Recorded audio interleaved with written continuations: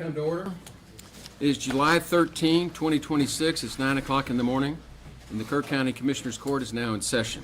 If you would, please rise for the prayer and the pledge, which will be led by Commissioner Paces. Please bow your heads. Heavenly Father, bless this gathering in our Commissioners Court. Bless the commissioners and the judge, so that we may hear the people and vote accordingly and take the necessary action for the people. Thank you for all of your blessings, Lord. We thank you for the rain. We thank you for keeping our first responders safe. We thank you for all the blessings you've bestowed upon this county. In Jesus' mighty name, amen. Amen. I pledge allegiance to the flag of the United States of America and to the republic for which it stands, one nation, under God, indivisible, with liberty and justice for all. Honor the Texas flag. I pledge allegiance to thee, Texas, one state, under God, one and indivisible. Please be seated.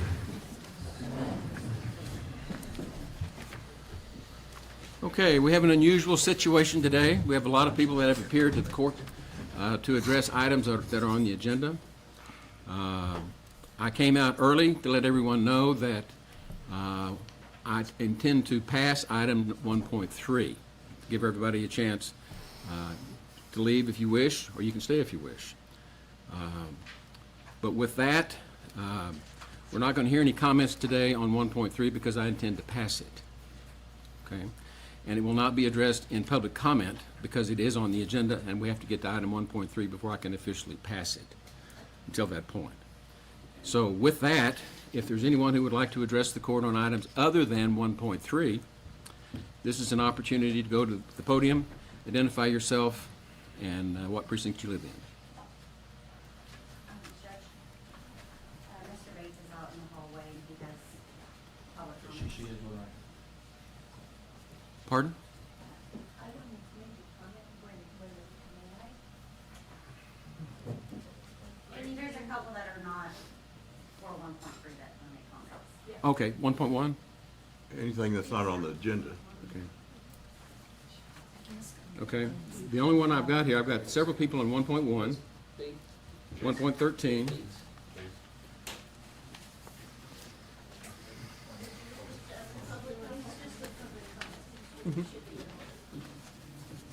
Hello, everyone. How you doing?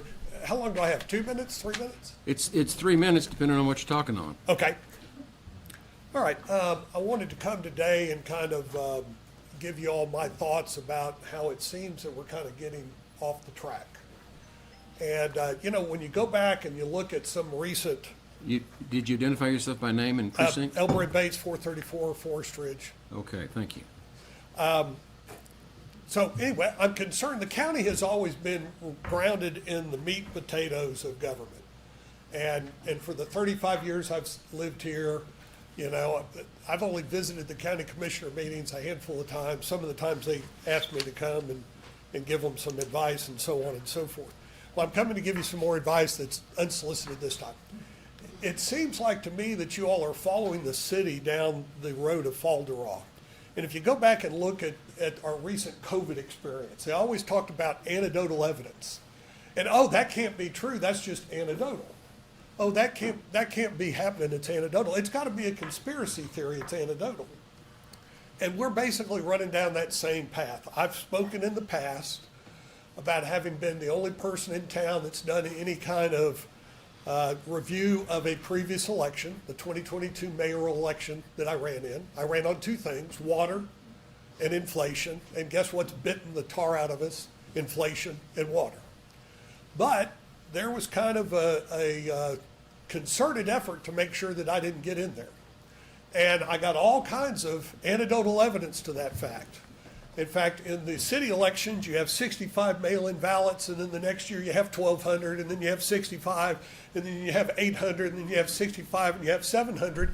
And that doesn't prove that there's ballot harvesting going on in Kerrville, because that's anecdotal evidence. We need a video of them going and picking up these ballots and stuff.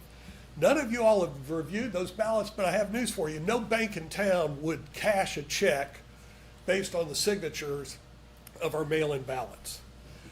We have 35 people that keep voting from Kerrville State Park. Nobody lives at Kerrville State Park.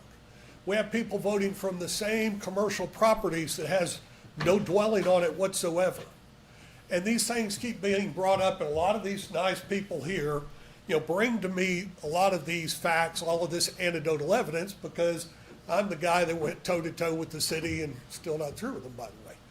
And so what I really would like you all to do is get back to listening to the will of the voters and get back to doing the nuts and bolts things that you all have traditionally done a wonderful job of.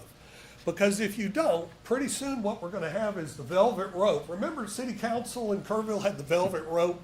And oh, you can't pass the velvet rope because it's only city staff that's in the velvet rope. Well, pretty soon we're going to have a velvet rope at county commissioners, and I'm just hoping that y'all stay away from the velvet rope. And with that, I'm 3 minutes and 2 seconds. Thank you all. Thank you. Okay, You had one more. I've got several on one, okay.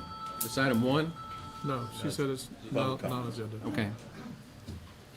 My name is Susan Bell. I live in Precinct 2 here in Kerrville. I just wanted to make a comment about the fire marshal. I believe it's item number 1.21.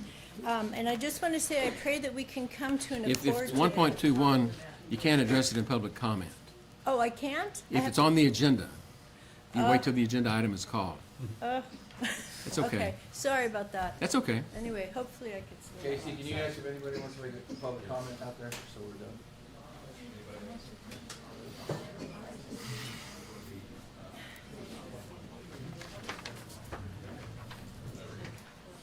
Okay. It's clear. Wants to make some, it's not on the agenda item, she wants to make some comments. Do you turn your I request? turned in one, it was for the 1.3, but you're gonna table that one, so, and I'm sorry, my back is out, walking back out would hurt me. Is it possible that I could just make a short statement on Mercy Chefs and my volunteer work there? Really quickly? Public comment. That's fine. Comment? That's fine.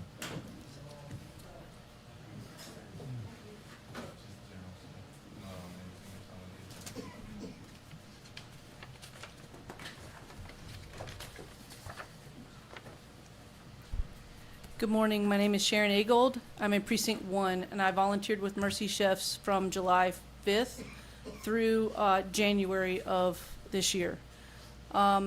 It's come to my attention that they are leaving our community at the end of this month. And it looks to me like pressure was applied saying that Mercy Chefs was costing our local businesses money because they're feeding people for free. If Mercy Chefs leaves, who's going to feed these people? Because I've delivered food, I've been out there with them, and there's people that are saying, look, thank you for what you're doing. I thought things were going to be better this month. They're still not. Thank you for your food. If Mercy Chefs leaves, who's feeding all those people? Because they're not going to have the money now to go out to eat at these restaurants. We're not saving anything. We're not saving anybody's restaurants by not helping Mercy Chefs stay in our community. And so I would like to maybe have people look at, if there's a way we can do it, their lease runs out July 31st. That's it. And after that, these people won't be getting hot meals from Mercy Chefs any longer. And we still have many people in this community hurting. So if there is any way we can find a way to keep them here, find them a place to make the food, I would appreciate us looking into it. They've done really good work for our community, and I don't think the need is over. Thank you very much. Thank you. Now I have some 1.1s, starting with Susan Wolf. You need to call it. Calling 1.1 already? You call the item. Oh, I'm seeing, okay, I'm sorry. I'm sorry. We'll get to that in just a second. You'll be first one. These are going to be the ones that are talking. Yeah, commissioner comments. We'll get there. Okay. That seems to be the only people we have signed up. We have some that are on specific items on the agenda that we'll get to at that time. With regard to commissioners' comments, commissioners and county judge may use this time to recognize achievements of persons in their precinct or to make comments on matters not listed on the regular agenda. And with that,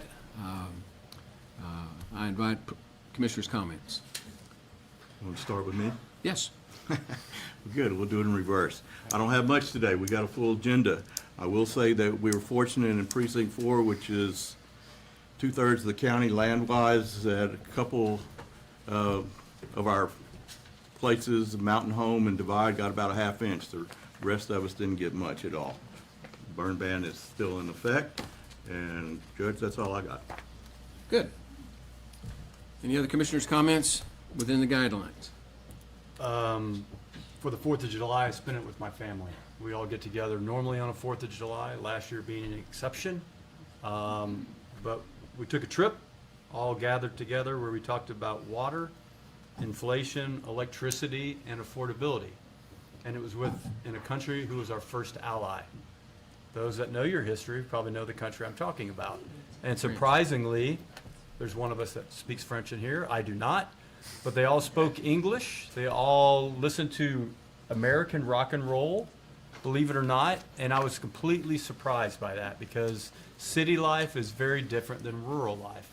And it was amazing how much we had in common with that. And I came back and thought and reflected a lot about probably I needed a break, and thought about last 4th of July and where we go from now. But I came back to 2 inches of rain sitting in my barrel and in our feeding troughs. I was kind of surprised to see that much out east, and which is why our ban remains lifted. We're able to burn out east still. I also got a chance to see some of our personal family history. I wanted to research that. I'm kind of into that, which is why I'm with the history part of my liaison group. And I understand a lot about our own personal history here, and that has to do with 1.1, so I won't speak about that currently. But for Centerpoint, we had a great documentary, those that were able to be a part of that out east over the weekend. I thank you for that and attending. And then also a public thanks to Kalu Theater, which hosted an incredible documentary, which was done to reflect upon that. Those that y'all had a chance to see that. And if you haven't yet, you will in the future, after it's gone through some public screenings and it gets put on YouTube. It is definitely worth watching, and it captures a lot of it. And I'm also grateful for the alliance I have with Jeff Harris from the city. He's been a great partner to look at childcare and other issues with me, and he's kind of my partner over there, and I want to publicly thank him for organizing that at the Kalu. And that is all for now. Thank you. Thank you. Okay, well, the burn ban remains lifted for Precinct 2. We also got a fair bit of rain over the weekend. In fact, Saturday, it kind of dampened our down-home country parade and even the Centerpoint Volunteer Fire Department's barbecue, which was still successful, but there was rain on and off, and perhaps it might have had a better turnout otherwise, but definitely it was a good event. The dance was incredible. I guess it was Louis Trevere. Anyway, but he was fantastic. If you ever get a chance to go listen to that guy, his music is great. All right, so there was a ribbon cutting ceremony for the Flat Rock Park Memorial Cross that was held on July 4th. It was a great turnout, so I want to thank everybody who attended and who played a role in getting that memorial cross installed. Ken's 5 News covered the event along with a lot of other media, and a copy of what they streamed is available on my website, www.richpaces.com, via my newsroom tab. You may or may not have noticed, but we now have the Alamo Letter plaque. Boy, that thing was donated, I think, last year sometime.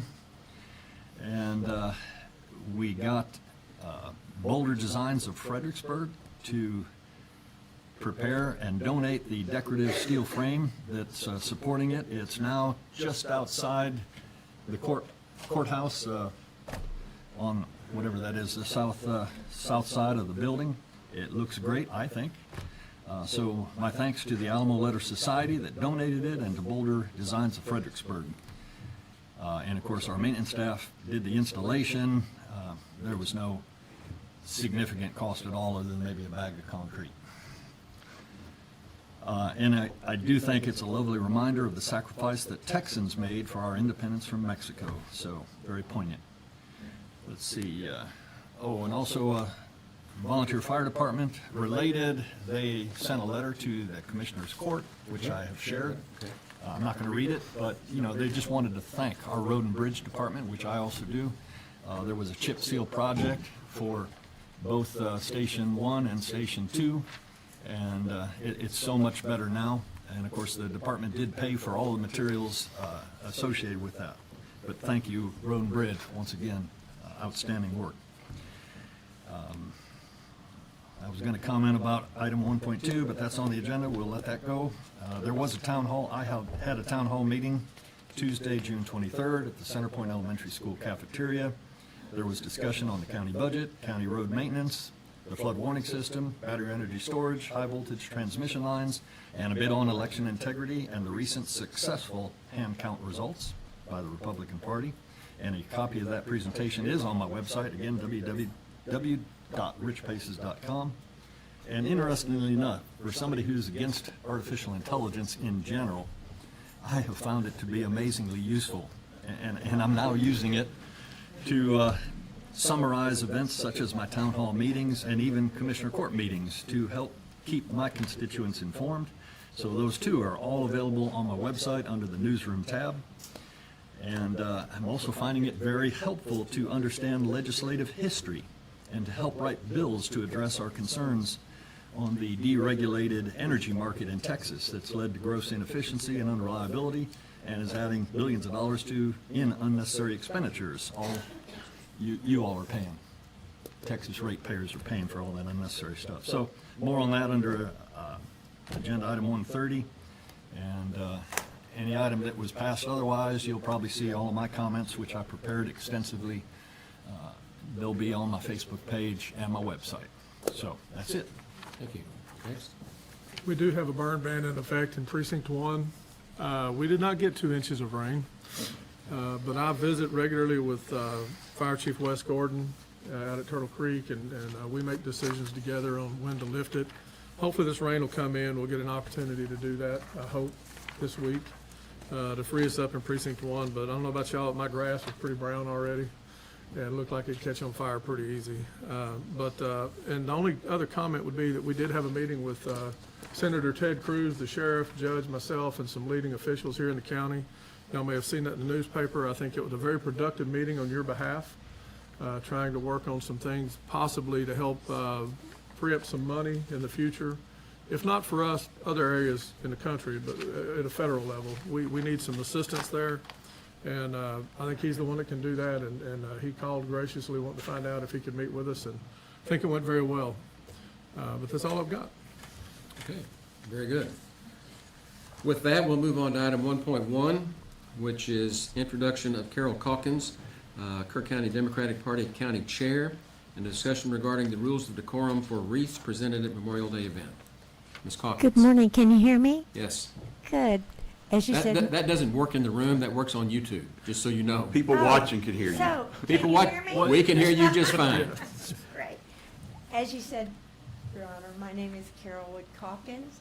I am the Kerr County Democratic Chair, and I've come to you this morning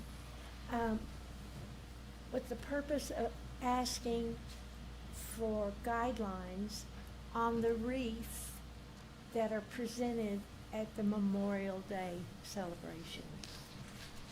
Originating in 1868 as Decoration Day, Memorial Day was designated a federal holiday in 1971.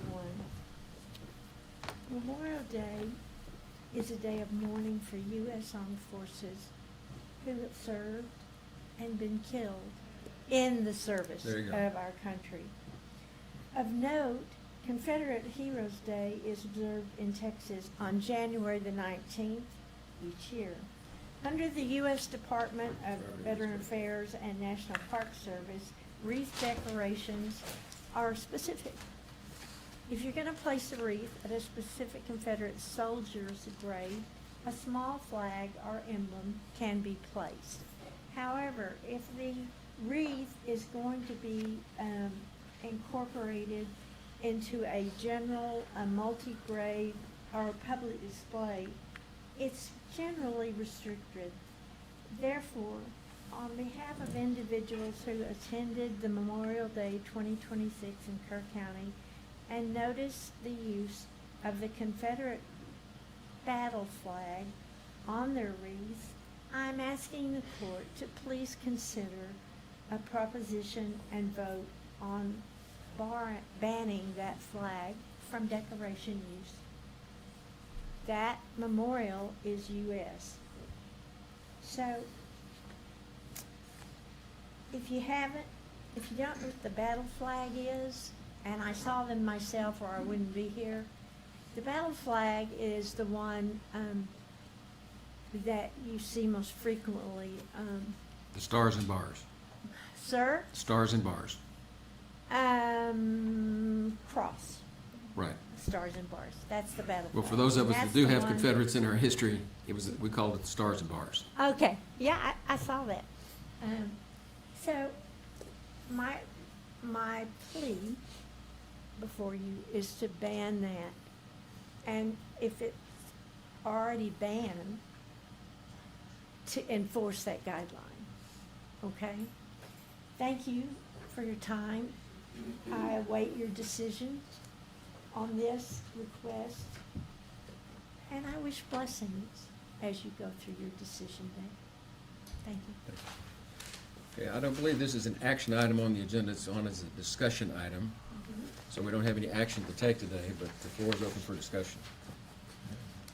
Unfortunately, I always have a family reunion on Memorial Day, so I wasn't there to see anything. But I mean, was any of that done by, any county employees, or was it just the public coming and putting? I had a front row seat. What I did see was a wreath was brought out. I think it's been done previously as well. It's a Confederate wreath amongst all the other ones. I see. And I understand the concern. Andrew Jackson Holt, my grandfather, fought for the Confederacy. And he made it up to first sergeant, was demoted when he left in Petersburg. But I dragged my kids all around every single battle site to understand our history, because it is a part of our history. It's just a sad chapter. But my relatives also died in the American Revolution, right? So what does that make me? It makes me an American. And, we have a conflicted history with that. Even as a member of Kappa Alpha Order, which is very southern in my fraternity back in the day. Yes, it is. Very. I understand where we're at, but I pledge and support that flag, bottom line. Does that make me a Federalist? Does that make me an American? Does that make me your commissioner? Yes, it does. So you raise a very sore subject in our history, but we have to listen.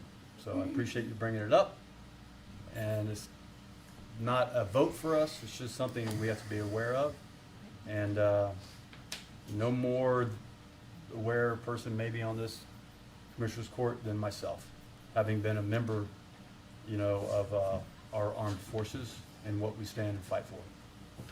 Thank you. Judge, may I respond? Yes, ma'am, you may. Sir, I'm a fifth generation Kerr County, I like to say. My ancestor fought in the Civil War. I share a lot that you just said. All I'm asking is that you consider the rules, and my plea before the court is to make the rule or enforce it. I too honor that flag. So I would defer to the county attorney. Yeah. We I don't believe we have the authority to do that. No, sir, and I can give you all some legal advice, and I have in the past about the restrictions of free speech in a traditional public forum. I can do that for you. Good. I That prefer would be not to do helpful. it in this setting. Correct, Sure. correct. Okay, Thank You you. are very limited in your ability to restrict. Sure. Thank you. okay? All Thank right. you. Okay. And just by way of comment, my family is from the South and the North, and I am a member of the Sons of the American Revolution as well. And I remember in law school, every January the 19th, one of my classmates would appear in a white suit with a white string tie and a white hat, and remind us all that it was Robert E. Lee's birthday. He was from Far East Texas. He took it kind of to an extreme, but we took it for what it was worth. It was always worth a moment of silence and a good conversation. So, with that, if there's nothing else to be discussed on this one, we'll move on. Is there anything else? Okay, let's move on to item 1.2. I'm sorry.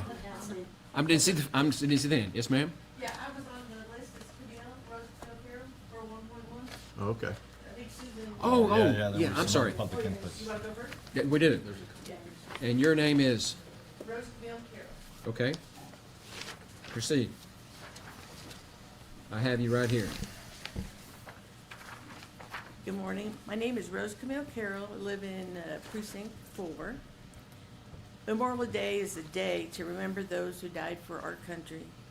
On May 25th, 2026, Kerr County held another beautiful ceremony honoring the fallen. Memorial Day honors the fallen who served the U.S. with the American flag displayed. At our ceremony, the American flag was proudly displayed on the wreaths, pins, flags, shirts, hats, banners, and the program. It was a beautiful, it has always been a beautiful ceremony. There are people that show up, represent their organizations, proudly display their flags, the wreaths with American flags on it, red, white, and blue. They are very, very beautiful. We have a lot of organizations. Here's the Salvation Army.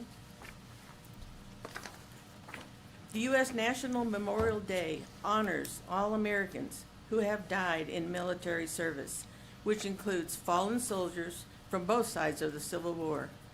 However, many southern states observe separate Confederate Memorial Days in April, May, or June to specifically honor Confederate dead.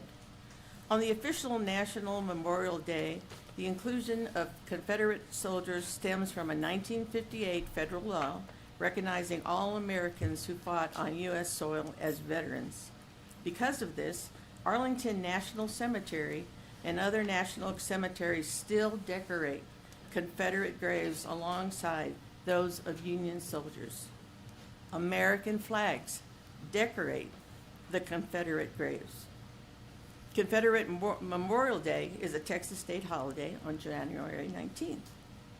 There was a wreath at the ceremony displaying the Confederate battle flag. This is the one that people saw. The Confederate battle flag is a hate symbol used widely by racists, white nationalists, and violent extremists. This flag represents racism, slavery, and division. What I would like you to consider is not allowing the Confederate battle flag to be displayed during the Memorial Day ceremony. I believe that excluding the display of the Confederate battle flag needs to be implemented. Thank you. Thank you. Susan Wolf? Good morning. My name is Susan Wolf, Precinct 2, Kerr County. First, I want to thank Jenna Sanchez and Chase Alsip, the advisory, and you, Judge Kelly, for all the work that you do with the veterans in the community, and everyone that donated or contributed and volunteered at the ceremony. It is usually, every time I've been in the past 5 years, a beautiful ceremony. I have spoken to them about my concerns regarding the wreath that was presented with the battle flag. I have spoken with a number of people which are not here today to speak for fear. Fear of their livelihood, fear of repercussions, or fear of violence that's associated with the flag. That flag does scare people. I don't know if this is not why it's been addressed sooner, but whatever your decision may be, I want it known that the fallen of the United States of America deserve a ceremony without racism and without hate symbols. Am I scared? I realize the possibility of danger of speaking out, and I work to mitigate that. I grew up with racism and hatred. I've had co-workers who were in the Klan. Memorial Day recognizes and commemorates the fallen men and women of the United States Armed Forces, and a wreath with the Confederate battle flag is not occasion appropriate. The state of Texas has the holiday in January to commemorate the Confederate soldiers. Neither the War Memorial nor the Memorial Day program list any fallen from the Civil War. Their names are not read aloud at that ceremony. The Daughters of the Confederacy do not even use the Confederate flag, battle flag, because It's known worldwide as a hate symbol for violent extremist groups and neo-Nazis. As part of a proud military family, I lived in Germany for 11 years. Not once did I see the Germans honor their dead with a Nazi flag or a swastika flag. Their children are taught their history and the horrors that were perpetrated by the Nazis. I understand the First Amendment, and I'm using my right to free speech to say that I abhor the display of that flag and that hate symbol at our county's Memorial Day ceremony.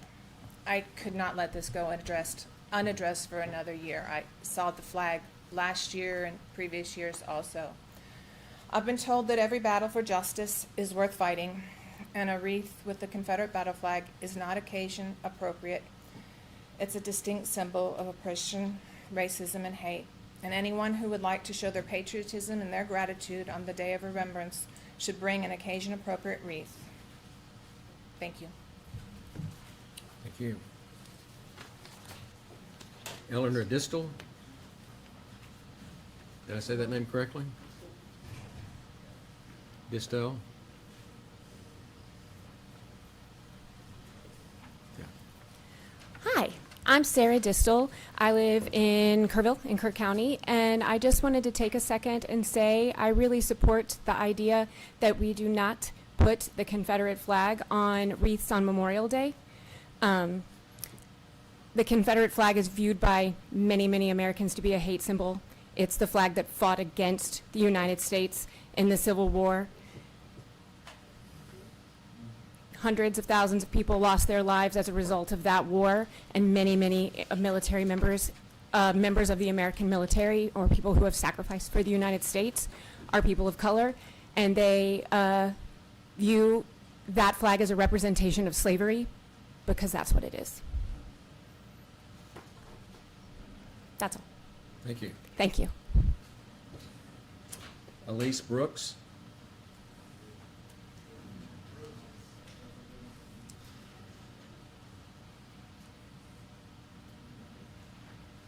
Elise Brooks.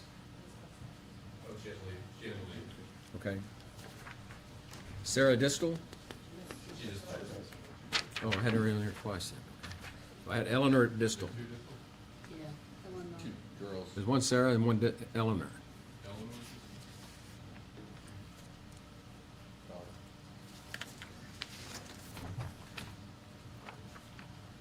At the podium, please. Thank you.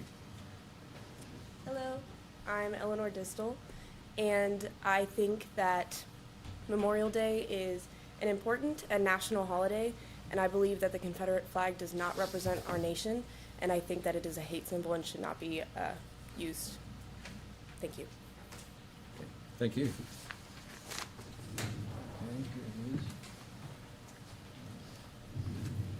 Okay, that's all we have on 1.1. I apologize. Moving on to item 1.2, which we're also going to pass by request. And then item 1.3, I'm going to pass by request.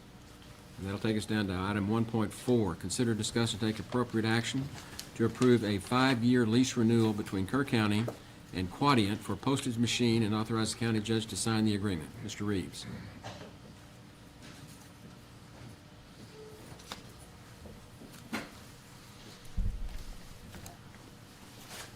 Good morning, gentlemen. The Kerr County Tax Office currently has a Quadient postage machine. The machine is primarily used by the tax office and the county clerk's office.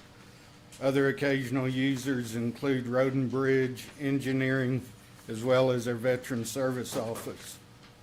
The rental of the equipment is divided evenly between the Elections Office budget item 402, Tax Office budget number 499, and County Clerk's Office budget 403. The current lease expired on June 30th, 2026. The new lease will be for a term of 5 years.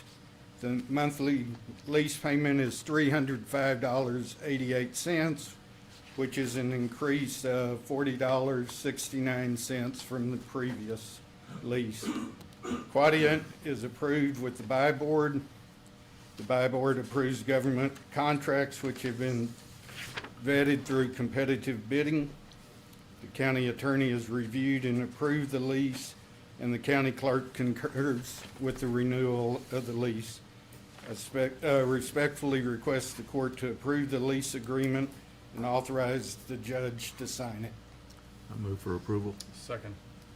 Have a motion and a second to approve the lease as presented. Any discussion? Those in favor, raise your hand. Unanimous. Thank you. Bob.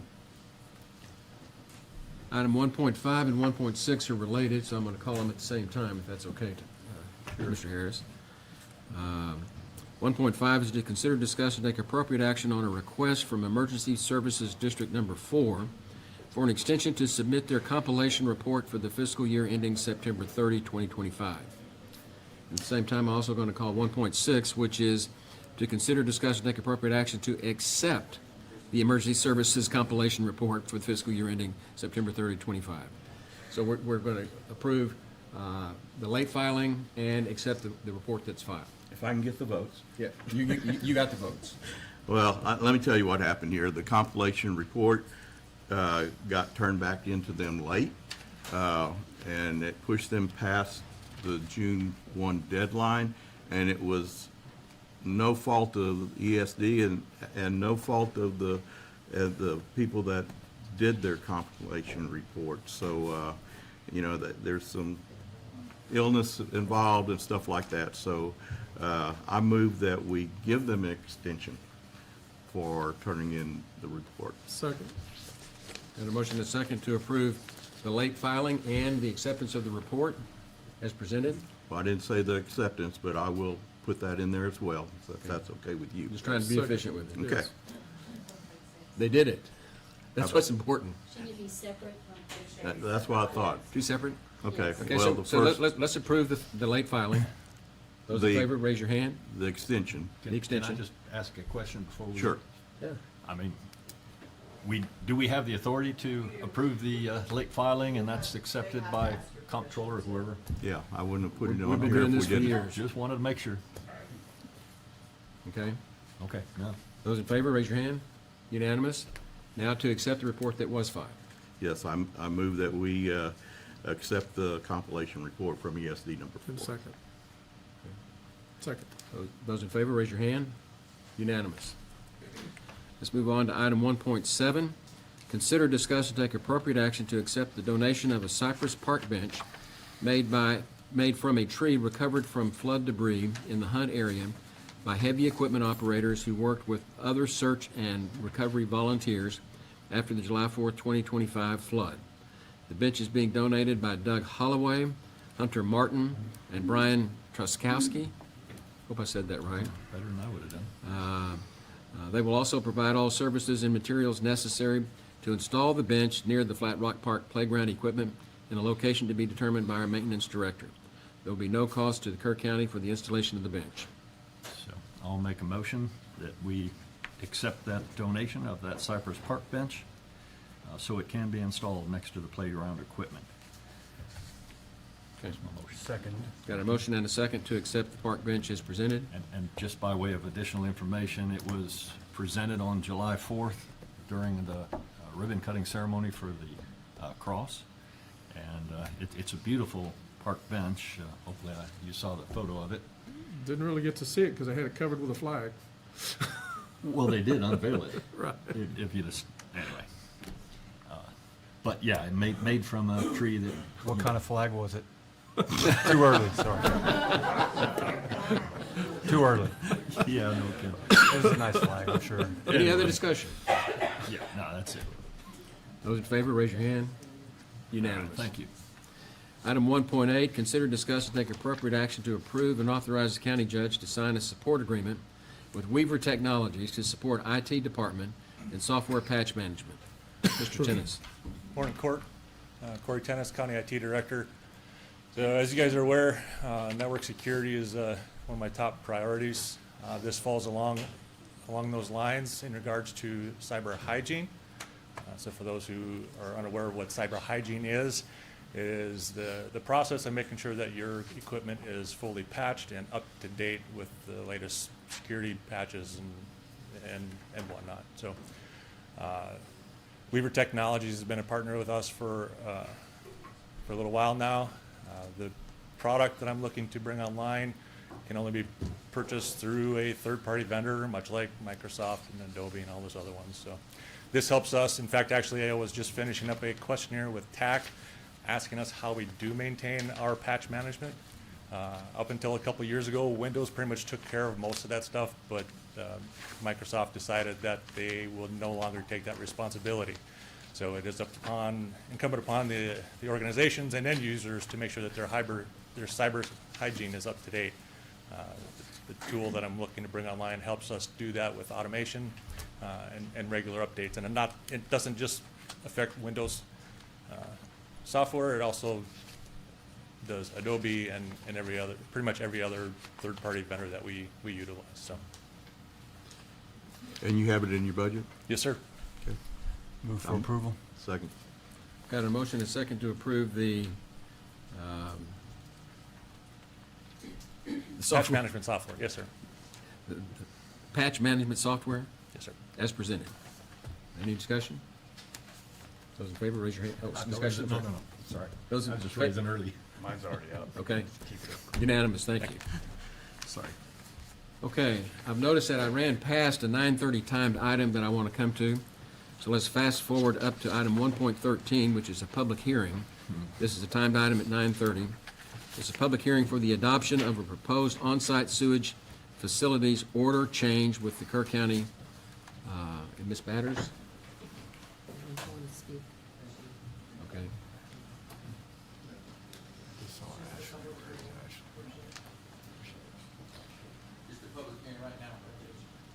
Okay, the public hearing is an invitation for anybody from the public to speak. Is there anyone who would like to address the court?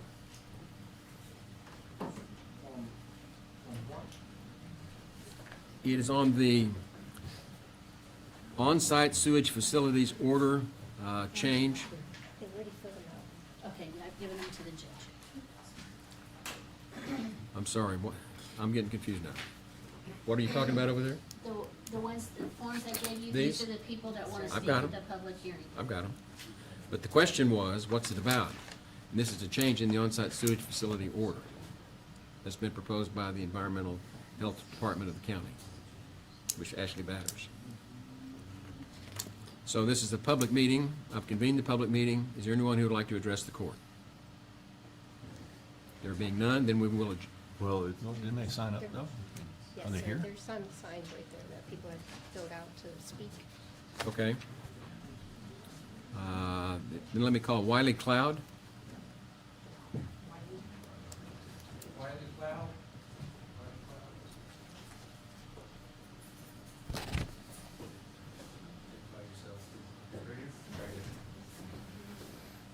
Good morning, I'm Wiley Cloud. I represent Texas On-Site Wastewater Association. I don't know if, has anybody spoke on this agenda item yet? You're the first one. This is a public Okay. hearing. Well, I'm here to say that I'm for the 10-acre rule in Kerr County. And as you'll hear from some of these other guys, that this is the only county around in the hill country that still carries that 10-acre rule, which I'm sure all you guys are aware of. You know, we spoke to you guys a few months back or last year. So anyway, I'm just for putting in the 10-acre rule. Thank you. Okay. David Polatsky? David Polatsky, I work with Guadalupe Wastewater in the on-site wastewater business here in this county and all surrounding counties. And I am for this 10-acre exemption rule change. One of my biggest concerns is that I feel that the public and homeowners just aren't really educated enough in regards to what the 10-acre exemption rule stands for.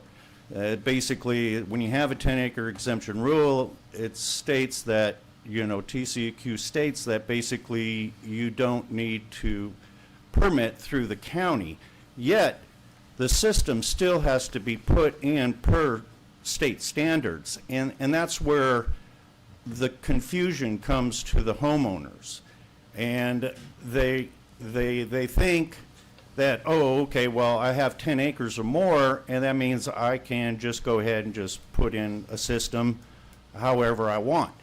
And there's some cases that I've been involved in that you have builders that will, misinform their homeowners when they're talking to these builders saying, oh yeah, I can put a system in for you. I've done several, and they end up putting a system in that doesn't work properly, and then later, homeowner has problems. They call the county, and the next thing you know, they're having to put a whole brand new system in because of the situation. And there is the lack of education, I think, is a big problem. And as in for the county's sake, with the water availability rule that you've got now with subdivisions and 10-acre rule, that all lots have to be 10 acres or more with a subdivision unless you have a centralized water system, that's going to be even more systems that are probably going to be, installed without any regulation. Well, without the county being able to regulate. And so, needless to say, I'm for the change. Thank you. Charles Weidenfeld? Charlie? I was going to call him Charlie too, but he put Charles. Good morning. Charles Wiedenfeld. I'm a site evaluator and a registered sanitarian, design septic systems. Been doing that since 1985. And I'm against this proposal for the 10-acre exemption. I think it's been working just fine. And I believe the 10-acre exemption has provisions in there that you got to be 100 feet from the property line. It's for a single dwelling. A dwelling is not necessarily defined. It could be a tent, but something to that effect. So in that regard, but my main concern is that it's not cost effective to the county and the citizens of Kerr County, because if we have to license septic systems on 10 to 1,000 acre tracts out at Mo Ranch or the YO, you're going to spend over a half a day twice a week, twice to do inspections, and that means some of the other installers that are waiting on inspections have to wait another day. Their equipment is sitting on site, costing the homeowner another $1,000, $1,500, $2,000, depending on what type of equipment he's got. But so I'm don't think that's going to be the answer, is getting rid of that. And another reason I would like to mention is that we all went through the debacle of the real estate inspections in the early 90s, late 90s, and I know that it was very good for environmental health and public health, but it caused disastrous public relations with the people, the real estaters, the builders, and all that, and thus the county got rid of that program as soon as they took it over from the Guadalupe River Authority, who I, at that time, was working on it. I didn't create that order. That order came from the county commissioners. We were just in charge of implementing that. So, but I would like to suggest, and I've talked with other people, that public awareness of the septic regulations and possibly even subdivision regulations need to be more out in front of the public, possibly coordinating with UGRA in that we could have a weekly, daily, whatever the Kerrville paper, not just websites. I'm a old fogey, and I don't keep up with that and don't want to waste my time with that in another. But so if that could be done, I think that would go a long way in letting builders know, letting new homeowners know that, yes, we have regulations, and this is how the 10-acre exemption regulation works and how it affects everybody. So, and I'd also like to, and I know you're going to hear a lot of them pro this rule because of public health and environmental health are so much jeopardized. Well, I would venture to say that there's as many failing unlicensed septic systems as there are licensed septic systems. And I know you say, oh, well, that can't be. I think if you'd look into every licensed septic system, you would find at least one violation on all of them. And I'll say there's a whole lot more licensed septics in Kerr County since 1978 when I got started in this program. So thank y'all for your time. Thank you. Arturo Alva? Are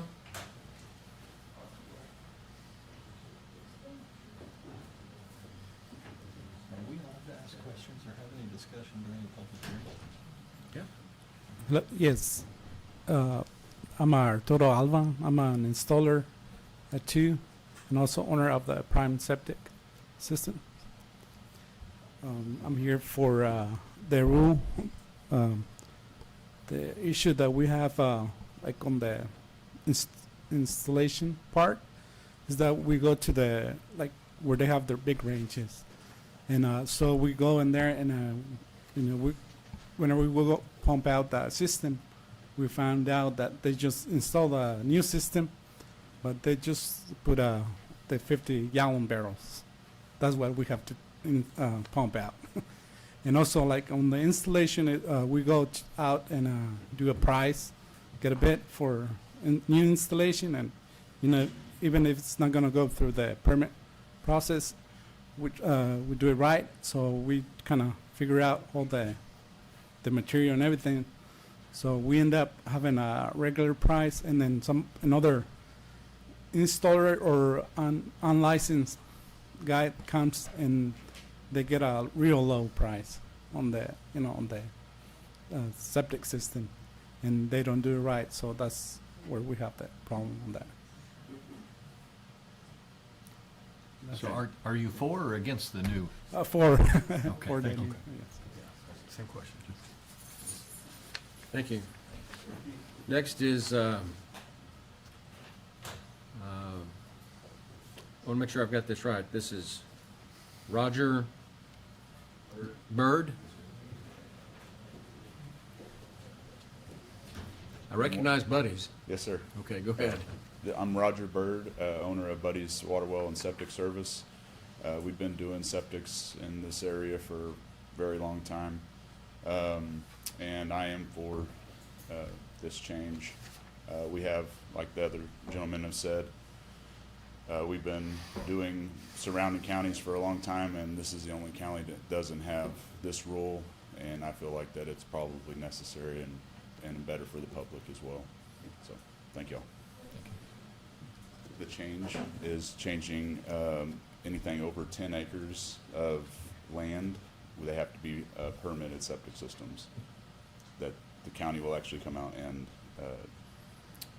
make sure everything's going correctly. Yes, ma'am. Thank you. Thank you. Thank you. Then, last I've got Hoyt Seidensticker.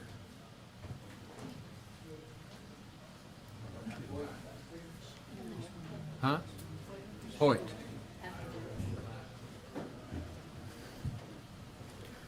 Hoyt Seidensticker from Bernie, Texas.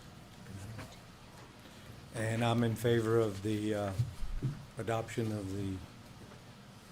doing the permits for Kerr County. In my opinion, it's a checks and balances to where that septic systems can make sure that they're installed correctly according to Chapter 285.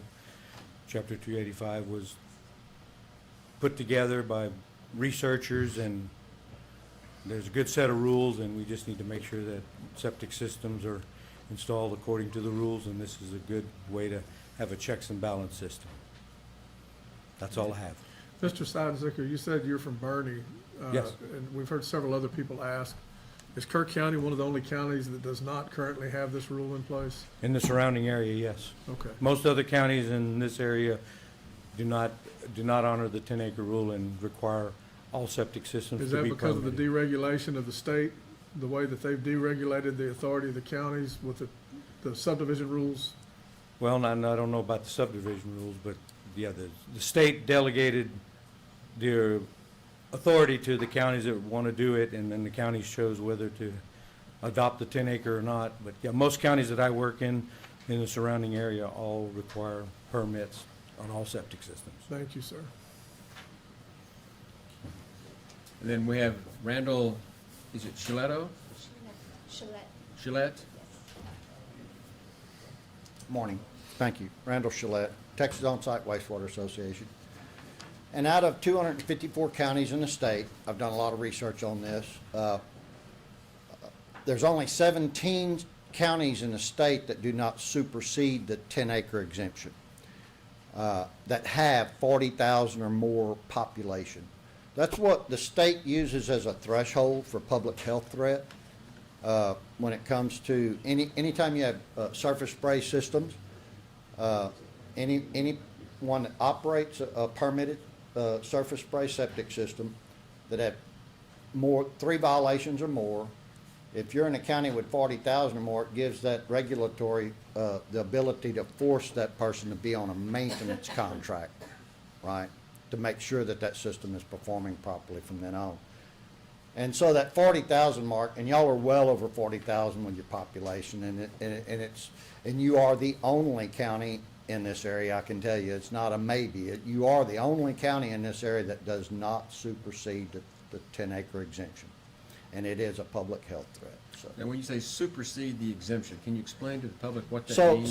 So 285 allows a single-family residence to put in a septic system without a permit. That's the exemption in 285. The county order will supersede that exemption by saying, no, we're going to supersede the state rule. You have that authority, and implement permitting on 10 acres or more. Okay. So basically, you'll be permitting everything in your county.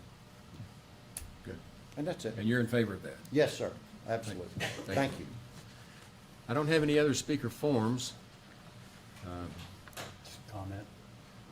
Okay, let me go ahead and read into the record. We have a report from Lee Vocal, the county surveyor, elected county surveyor. Did you know we had an elected surveyor? Okay, we do. This is one of the few things that he does, and he has sent a letter to us supporting this permitting process, the change in the rule. So, with that, is there any other input at the public meeting? Yeah, I'd just offer some comment. There's an item for you to make those comments the next Right, item. the next. Yeah, 114 is, Okay. I'm going to reserve my comment as well, after my good commissioner here just pointed that out. So okay. Is there any other discussion with regard to this proposed rule change? Very well, then the public meeting will be adjourned, and we will move on to item 1.14, which is an action item to consider, discuss, take appropriate action to adopt the OSSF order, and have the county judge sign the adopted order and submit the certified copy of the order to the TCEQ. Ms. Batters. Good morning, Commissioners and County Judge. So on June 4th, TCEQ gave the county approval to proceed with the OSSF order changes. The notice was required to be published in a local newspaper, which was published on July 8th in the Community Journal. So at this time, we ask that the Commissioners Court to adopt a new OSSF order, which will be adding a Section 9 to require the following. Tracts greater than 10 acres, a permit shall be required for all OSSF within Kerr County area of jurisdictions regardless of acreage. And for the record, this is only pertaining to new installations of septic systems that didn't qualify for the exception when this order goes into effect. I'll make a motion that the court adopt the proposed OSSF order and have the county judge sign the adopted order. Second. We got a motion and a second. Floor is open for discussion. Does everybody understand what we're talking about? Or is it a little confusing? Well, let me give some background. Everybody remember the old subdivision rules? The ones that nobody enforces anymore? Remember those? The legislature changed the law such that if you have more than 10 acres, you no longer are subject to the subdivision rules. They call it the 10 plus acres, 10.01 acres. And the developers love it. And there's no requirements on the roads that go in, there's no requirements for them to do anything. It's the Wild West out there. It's not good for the county. It wasn't when they did it. It wasn't when the legislature did it. It was done pretty much at the last minute at midnight sometime, that we didn't even know it was happening to us until it happened. What this is an OSSF response to that type of unregulated development. And this is to require permitting if you have lots that are greater than 10 acres. And what the developers have been arguing is that because they're developing lots that are greater than 10 acres, they no longer have to follow the subdivision rules. And you just heard, there are 17 counties out of the 254 that don't have this rule in place. We're one of them. We're trying to catch up as fast as we can. My hat is off to Ms. Batters and what she's doing here. We want to confront these developers. We want to require better development practices, and we want to control the water that gets into our water systems. And so I am unabashedly, absolutely in favor of doing this at long last. To add to what the judge just said, the second largest lobby in Austin is the developers. So this is how it got crammed down our throat, y'all's throats, everybody else. And that happens. So I do have a question for you, Ashley. Yes, sir. I believe the gentleman that spoke against it, his name's Charles, I believe. Weenfeld? Weenfield, yes. And Charlie. the concern he brought up about delays and people out there with equipment and stuff having to sit and wait to be inspected and stuff. What's your answer to that? Well, our turnaround, we usually have about 3 to 5 business days on reviews. And once it comes to the installs, that's up to the installer on when they get out there with their equipment and if they're in communication with us when they begin the installation and putting us on the schedule to come out to do the final inspection. State law gives us 48 hours. They have to give us 48 hours notice to put it on our calendar. And typically we'll respond usually within 24 or less, depending on the time frame and the weather, because we understand that time is money for these homeowners, and so we want to make sure that we are conducting these inspections And the installers. and the installers and getting it done, so they can move on to the next project.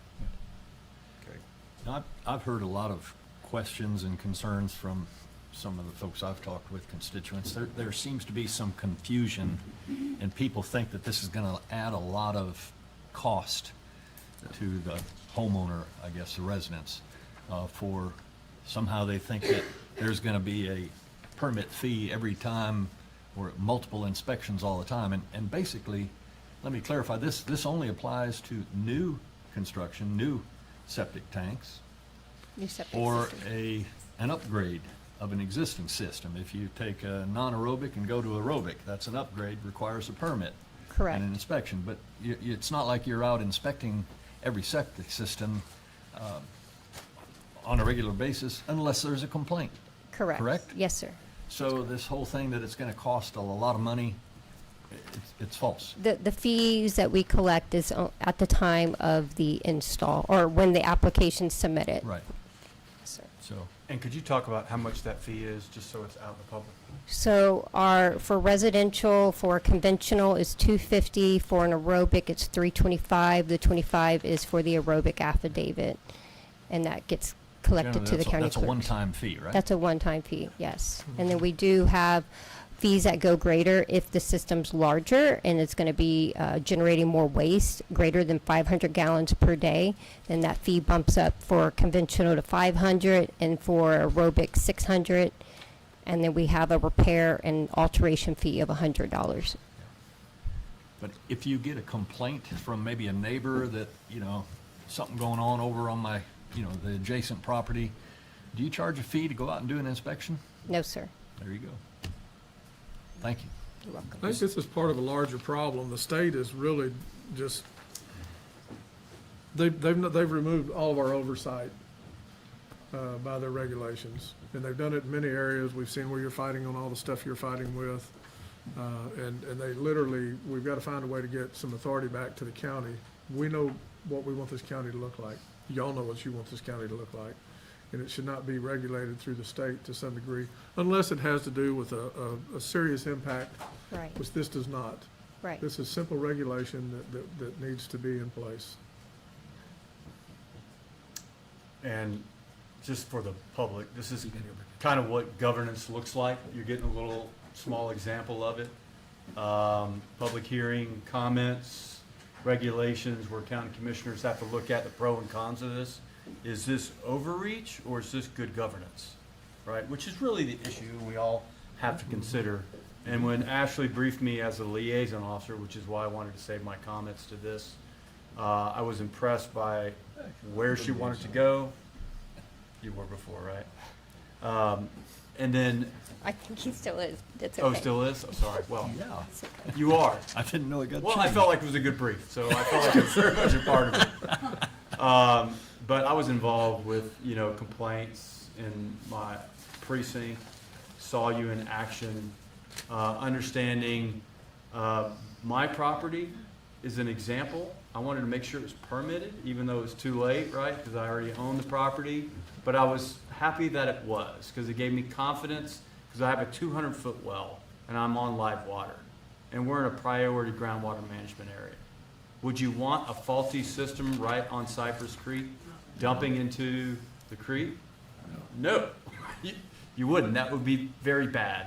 So this gives me a little more confidence on where that people are accredited and it's inspected, and that over time, it's also the tenant's responsibility, which is the whole reason I'm speaking, to make sure it is inspected from time to time by certified people to make sure that it is kept up and that no big trucks drive over your systems and crack them and damage them and over time leak. I think that's an important point that I wanted to bring up in front of everyone, and that you're doing good practices annually with that, and that I appreciate everything that you're doing. And it's just kind of cool to see some good governance and good strategy go forward for the right reasons. So I wanted to applaud you for that. Thank you. To your liaison. I appreciate And it. to kind of wrap up the topic, the county was in litigation with the developers on a subdivision here in Kerr County, and the Eagle Ridge Road and some of the dangers that it represented. And while we were on, and we won that at the trial court level, we went up on appeal while we were at the appellate court level. The legislature changed the law on us literally before the opinion was handed down. I mean, it was that egregious, truly was. And when Ashley came to me and told me what she wanted to do, and I realized that she had the gumption that most men don't have to take this on and say, we're taking this to the developers. If you want to do this, you're going to have to get a permit. And it's not onerous. It's reasonable. And it's the way good governance ought to work, instead of exempting us out because, well, I won't go into the developer lobby, but needless to say, I applaud what she's done and I support it wholeheartedly. Thank you. Any other discussion? You got a speaker. Yes, ma'am, I'm sorry. I just had a question for clarification only. So this would apply to not just people putting in, like, the developers doing the subdivisions, but it also applies, like, if I bought a 12 acres undeveloped, Mhm. then it would apply to me as well, correct? And it's not an onerous burden. No, I just, when you said your part, I didn't hear you say that, I just want to make sure I was understanding you, that's all. Yes, ma'am. Thank you very much. We've already got the rule for under 10 acres, now we go to over 10 acres.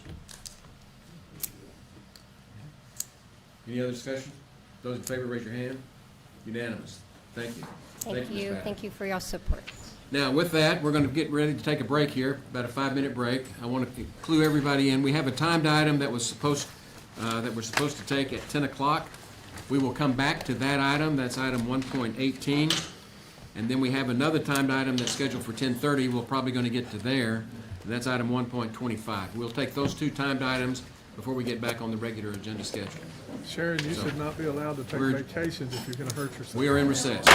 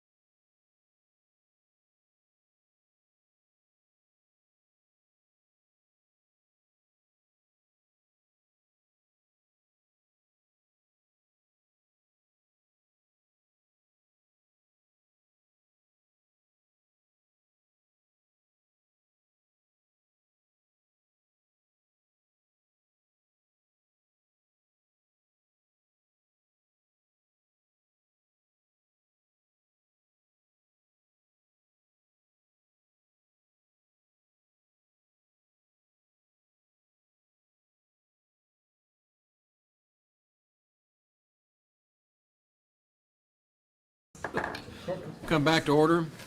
We're going to the next timed item, which is item 118. This is the 10 o'clock item, and this is to consider, discuss, and take appropriate action to accept the bid responses to the request for proposals for the Fall Branch Creek Erosion Protection Replacement Project. Ms. Putnam. Yes, we went out for bid for this particular project. It is a FEMA project, and the bids were due last Friday, and I believe they should be available to open.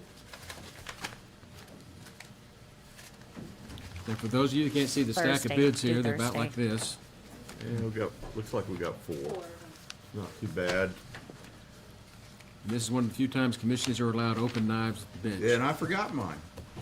Well, that one. Okay, didn't make, speed things up. Not a big one. I don't know what happened.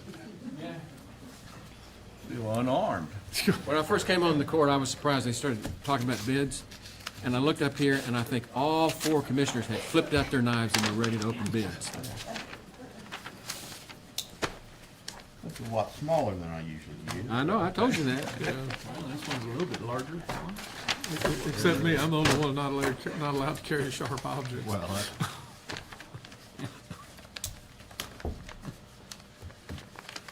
you're probably one of those people. But Commissioner Letts had one of those Doesn't have a blades. point. I'm gonna start spreading that rumor. That'll work. Thank you, sir.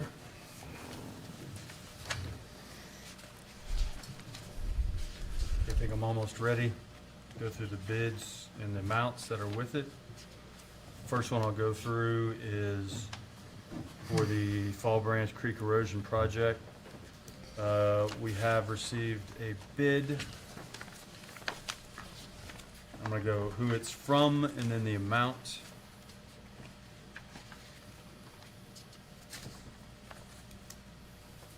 And by the way, all of this will be on YouTube, so any of the bidders out there that want to know the details, all of this will be on the website and YouTube. We have a bid from Travis Moebs. I said that correctly. And this is, Edmund Yensky is the contractor, and for the bid amount is $178,400.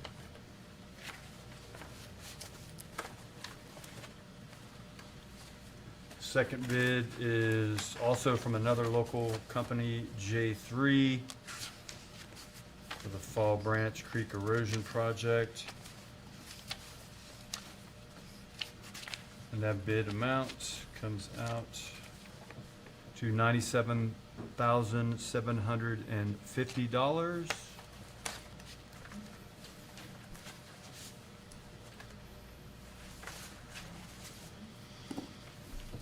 I don't want to mess that up. Make sure that, I think that envelope goes with Joette's bid. Third bid comes from Gage and Cade Construction out of Bertram, Texas.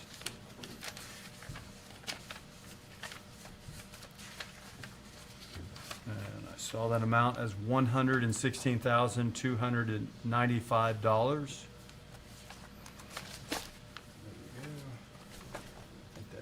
Them.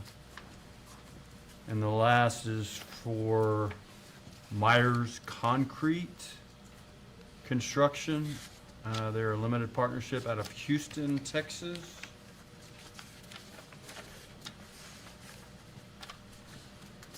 And that bid amount came out at $91,248.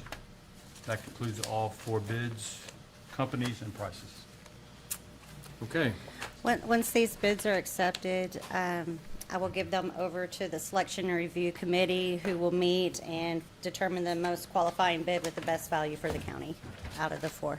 Okay, do we have the motion to accept Yes, the I bids as move to presented? accept. Got a motion and a second to accept the bids as presented. Any discussion? Those in favor, raise your hand. Unanimous. Thank you. Okay, and then, Almost 10:30. Is this, yeah. And Straight up. there goes the committee, right? Okay. Very good. Okay, it is 10:30. We'll move on to the last item on the agenda today, which is item 1.25. And this is presentation by Everbridge Public Safety Communications regarding their public alerting system. And I have been waiting to hear this, trust me. I hear good things about Everbridge. Sheriff? Today it's finally here. We've got a representative from Everbridge to sit here and talk to y'all and give y'all a brief description and PowerPoint. Did you get the PowerPoint presentation? Okay. Like I've said before, we're looking at switching from Code Red to Everbridge. Y'all have already approved that, but he's just kind of come back and give y'all a review of it. If y'all have any questions, feel free to ask him any questions. This is something I think the public's been waiting to hear. So I'm going to let him come up here at this time, introduce himself, and give y'all their product. Thank you.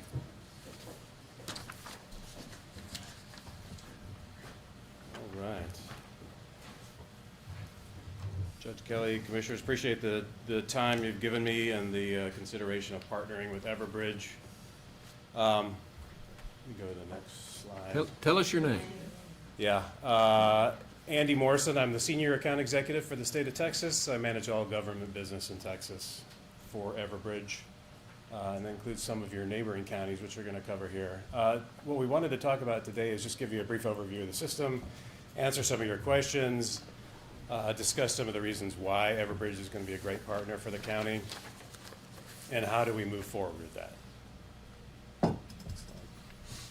So really the theme is modernizing your emergency communications for the county, bringing you guys up to speed with what your peers are doing, giving you the capabilities that you require and that residents are now demanding.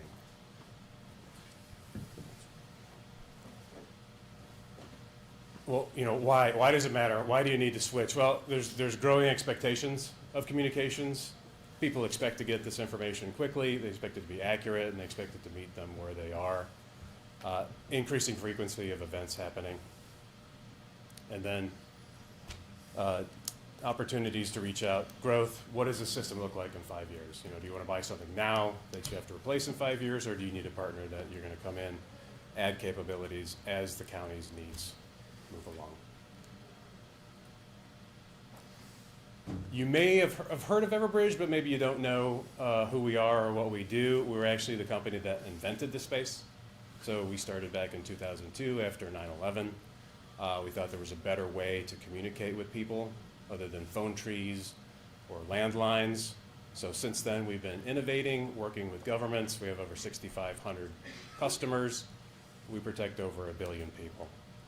We also have 24/7 around the globe support. So we are the heavy in this space, and we try and earn that reputation every day with what we do.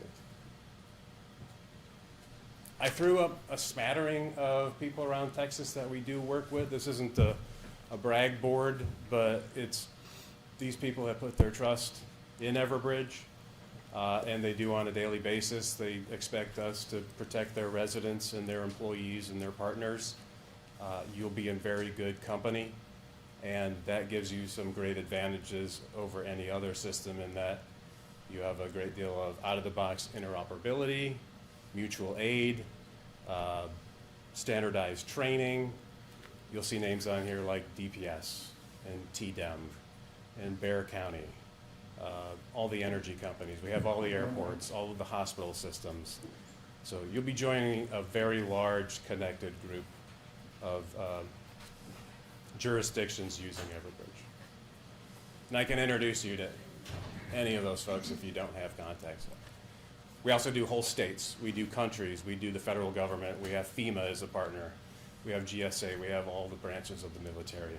So, like I said, you're going to join a very large group of interconnected users.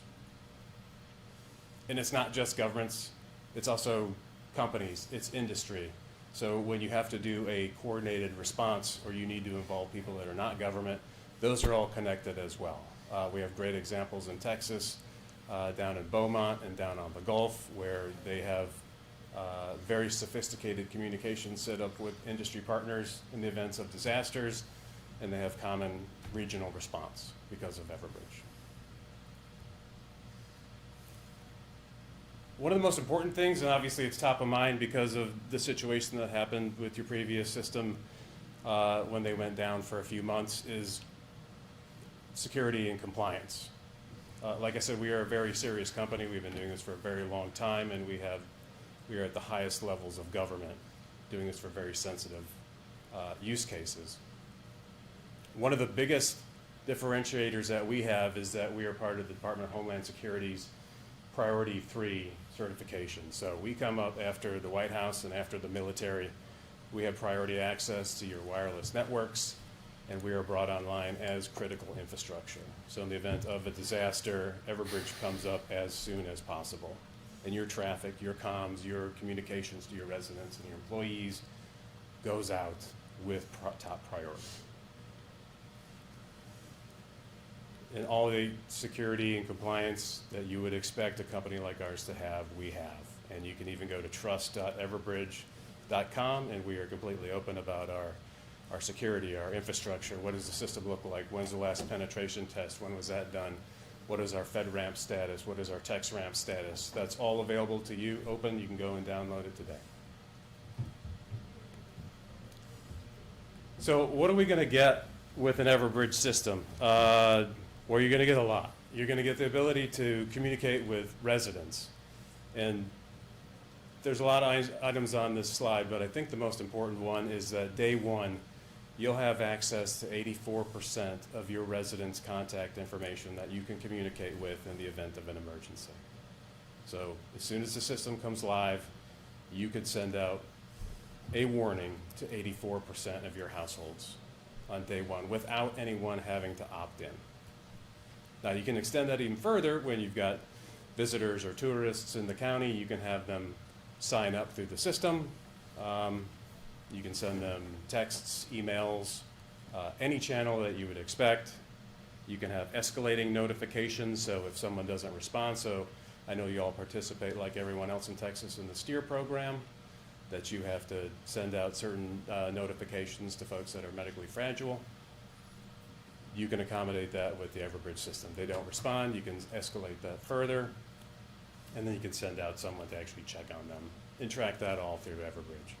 So you have a great deal of capabilities, but you can also consolidate systems that you're using that you may not think of. So I know you use a system called Active 911 to do some communications with volunteer fire departments. A lot of that functionality can be taken over by Everbridge. You can do call outs, you can do rapid notifications to fire departments, EMS, law enforcement, public works. All of these people can be separate users on the systems that you can target for notifications as you need. And you can get responses back from these people. You know, are you able to respond? You know, they could accept, they could decline it, they could say, we're en route, we're available, maybe they need help. You know, you can track that back in the system, see what their activity is, what's going on, and then you can do two-way communications back and forth through the system. All of this is stored, tracked, and auditable on your side. We keep all this information in the system for 18 months, but you're free to download it and archive it forever. One of the things that's unique about Everbridge is that you own all of the data. It's yours. It's not ours. You have access to the keys to the kingdom. You can export, import, change, delete the data at will. So you're going to get mass notification for internal communications and residents. Obviously, you get iPause, WIA, standard functionality. We do work with FEMA on streamlining that process. We make that as simple as possible. It's very stressful to send out those types of notifications because mistakes do happen, but we'll teach users what does good look like? What does the message look like? How is it supposed to be sent out? And then we have simulation mode and practice. We can go in together. We can run it. You can actually use the system. You can do simulations without sending out the messages. So when the time does come to actually hit the button in an actual emergency, the people doing it are well versed in its second nature. Andy, I hate to interrupt you, but other than the people in this room that deal with this stuff, would you go ahead and explain what iPause and WIA are? Because the general public are watching this. And they may not. Absolutely, absolutely. Those are FEMA's mechanisms to send out messages to anyone within a certain distance of a cell phone tower. So if your phone is connected to a tower, so imagine that you've got a flood warning and you want to put a radius around a certain area, well, it's going to send a message through all those towers and it's going to have every phone connected to it. It's a way of messaging people without having had them opt in to any system. And anybody that comes into that area automatically gets that message as well. So we have the system, the capabilities of doing that within the Everbridge system. We also have community engagement, which again allows you to text a keyword to the county, get signed up for certain events. Maybe that's visitors, people that don't belong to the county, but you want to send them messages anyways. Conference bridging, we can also integrate into your dispatch system. So if you have automated needs that you see a certain call in, you want that to go out to first responders, that can be an automatic process. And all of this is out of the box functionality. It doesn't require any professional services. It's point and click integrations. Sorry, one more. The last one on that list, and I'm going to explain this a little farther, is the Everbridge Network. And I was just talking to Shori out in the hallway about how you're going to be surrounded by Everbridge users. All of those systems will be interconnected, so if someone sends out a message that may be pertinent to Kerr County, that information can flow directly into your Everbridge, can trigger an automatic notification to county leadership or to any of the other contacts. So it really does raise your situational awareness to a level I don't think that you have right now, and that is all built in to all the other users of Everbridge. So we'll talk a little bit about the resident connection piece, because I think this is one of the most important parts, and that's an actual screenshot of our system of your jurisdiction, and it shows you the contacts that we already have in the system. So like I said, day one, you're not going to have to spin up a marketing campaign or get people to opt into a new system or worry about, I only have 5% of my population in the system. This is not going to be an effective emergency alert. You can send it and it can go to 84% of the households in your county. And that information is updated monthly, so as people move in and out, change numbers, addresses, that information is updated. It's the largest database of public contact information in the country. And then the Everbridge Network, you see an example over there on the right side of the screen about how you can connect to public information or networks. So TDEM may send out information to the public, or they may have private information that they don't want to send out, but it may go to your system, and you can set up memorandum of understanding with those groups, and that information can flow into your system, into a private network where you can communicate without having to pick up the phone or specifically indicate who you want to communicate with. The community engagement portion really expands the reach beyond your residents. I know you all have a lot of folks that come into the county to visit, vacationers. You want to capture that information as well. You want to be able to communicate with them. This gives you the mechanism to do that simply by texting a keyword on their phone. Could be Kerr alerts to 888-777. They'll get enrolled. You can even ask them beyond that, would you like to enroll to all the rest of the information? But that gives you a conduit to alert them immediately. And that's completely anonymous, so they don't have to give you any address information or name or things that they may be reluctant to turn over. This is an example of what that could look like. You could put this in the park, on flyers, on your website, scan it with your phone, automatically enrolled. Super simple. Really, our mission is your success. I know it sounds kind of cliche, but we've been in the business long enough that if it weren't, we wouldn't be in this business right now. So it's not just the software. It's not just the platform or the Everbridge employees. It's the expertise and the know-how and the what is good. It's the hand-holding and the online training and the professional services that we provide that actually make this a useful tool for the county. And we're dedicated to that. Like I said, it's 24/7. You can pick up the phone, talk to a live person in 30 seconds. Even to the extent that if you're unable to send out a message, you can't get details out because of the current situation. You could pick up the phone, we could authenticate your users, and we can send messages for you. So we are there every step of the way. You also get dedicated account managers. So when you call the same person. It's probably going to be Barbara. It might be James. Those two are my main people in Texas, and you've always got my phone number as well. When we ask when do you all want to get started? It's always yesterday, but there is a process of onboarding that we're very careful about building up, making sure that everybody's trained. The system, we use our best practices to build based on what we've already done for jurisdictions in your area. This could be as little as a 2-week process. That's a snapshot. There's obviously a lot more details to get into the weeds, but I thought we hit the high points of why Everbridge would be a good partner. We're here for the long run. We know how to do what you all are asking, and we would love to be your partner on this project. What questions can I answer? Any questions? Sounds good. No, you're saying you'd love to be our partner. From what I can tell, you are right now. We approved this at the last Commissioners Court meeting. So I'm ready to, Fantastic. yeah, get us rolling We're here. ready to go. Yep. Yeah. I've already cleared the implementation team's schedule, and we're ready to jump on it this week. Question, podium? People watching YouTube need to see you.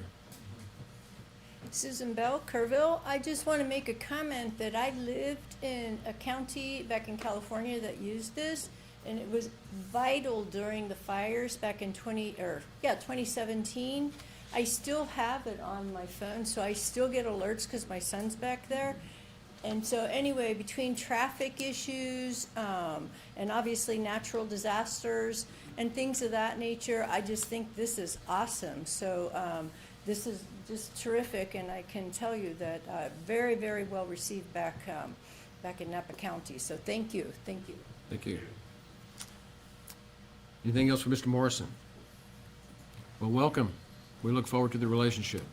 As do I. Thank you for having me on again. Thank you very much, Andy. Okay, with that, we are back on schedule. To turn back to the third page of the agenda, we're going to go to item 1.9, which is to consider, discuss, and take appropriate action to approve the interlocal agreement and attached HIPAA agreement between Kerr County and Kendall County for jail services for the county sheriff and county judge to sign same. Yeah, just looking for the court's approval for this ILA with Kendall County. It's raising the rate from $65 to $100 like the other sheriff's offices. Motion to approve the ILA. Second. You didn't even let him finish the sentence. Well, I read it. Yeah, we've seen it. He turned away. I thought he was done. Yeah, I did too. Oh, no, I just. All right. Very good. Yeah, good. Anything else? Any questions? Comments? Those in favor, raise your hand. Who? I didn't see it. Where was it? What? Who had a hand? Oh, she wants to know who made the motion and second. You seconded, correct, Commissioner? I made the motion I did. and Don You did? Okay. seconded. Okay, got a motion and a second. Those in favor, raise your hand. Unanimous. Item 1.10, consider, discuss, and take appropriate action to approve a $10,000 donation for the Sheriff Equipment Fund. Sheriff. Yes, looking for y'all's approval to be able to accept this $10,000 donation and put it in our equipment fund. I'll move for approval. Second. Got a motion and a second to approve accepting the $10,000 donation. Why wouldn't we? Yeah. Exactly. Is this one person or an organization or what? Yeah, Vaqueros, right? Is it Vaqueros organization? They've been really good to us in donating some money and ask what we needed, and they're still looking at some other stuff we need, but they've been really awesome. Is it House Vaqueros? Yes, sir. See? Yep. Okay. Those in favor, raise your hand. Unanimous. Okay, item 1.11. Consider, discuss, and take appropriate action to terminate the interlocal agreement between Kerr County and the City of Ingram for the provision of radio dispatch services for the Kerr County Sheriff's Office from 2018. Commissioner Jones. Yeah, thank you. I know the sheriff I'm sat going to call down. back on the sheriff to come back up in Yeah. here. We had a great discussion on this, and I will tell you that we are way behind in regard to what we currently charge for the city of Ingram, and it needs to get corrected. Okay, so what I've done is with the concerns of this year's budget, obviously, I went and looked at all my ILAs, which is an interlocal agreement that I have with agencies that agencies have with us. The ILA we have with Ingram Police Department is for dispatch services. That contract was signed in 2018, and hasn't been adjusted. That's probably the only contract that I have that hasn't went up in that time. Like I said, it was signed in 2018. It's my understanding at that time, and I also have my communication supervisor here, if y'all have some additional questions, is that it was kind of for part-time services. They used to do their own dispatching between 8 and 5 p.m., and they had a switch they would flip from 5 p.m. till 8 a.m., and then all weekends that we would cover that time. So, but since then, I can tell you in the last couple of years, I mean, we're pretty much doing it full-time. Let's see where we're at here. So, what I've done is I put some numbers together to kind of educate, the public, the media, and y'all. In 2018, a dispatcher made $38,000. Okay, today that same dispatcher makes $87,000, but that is with roll-ups, which is 25%, around 25%, and also holiday pay. Just to remind you, our communications is like our jail and our sheriff's office. They work 24/7, 365. So they're there all the time. Some other ILAs that I have, interlocal agreements, that I have increased, so y'all know, is one that we just talked about, the out-of-county housing.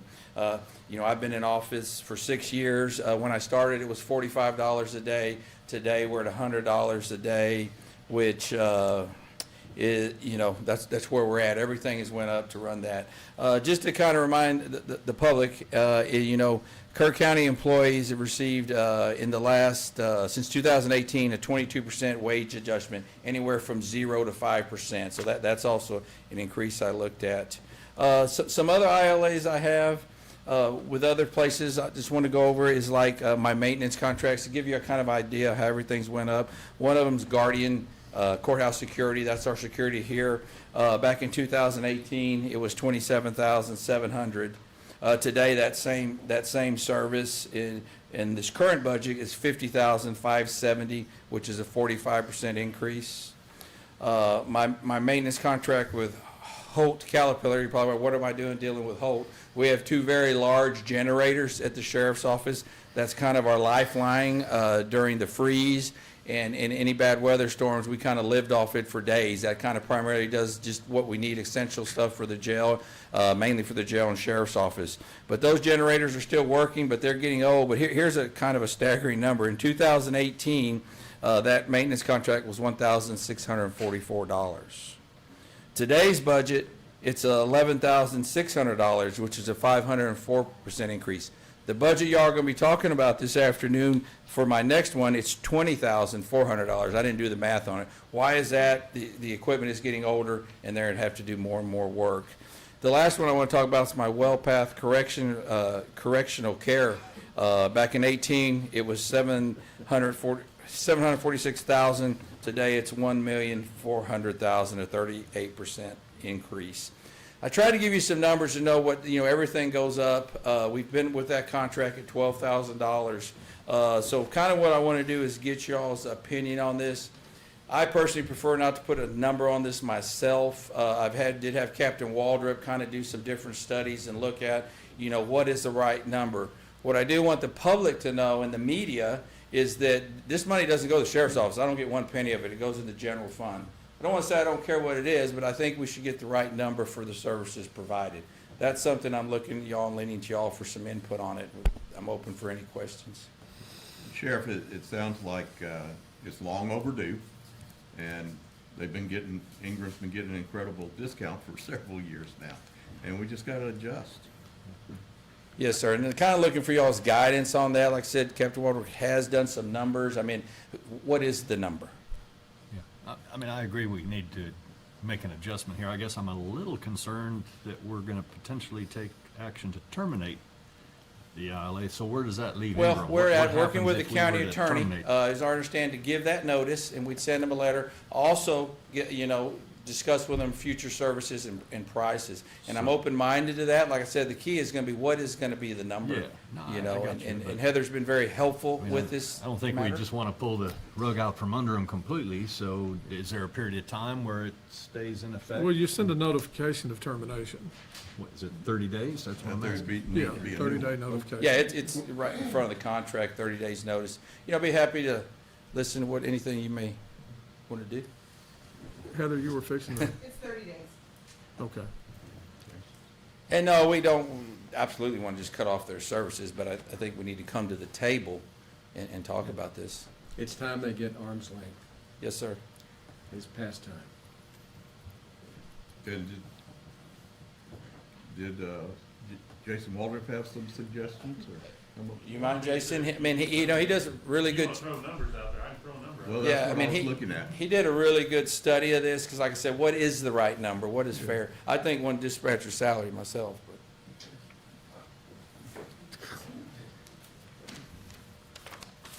So I kind of took a very conservative approach on this in the beginning, just for the fact of sticker shock.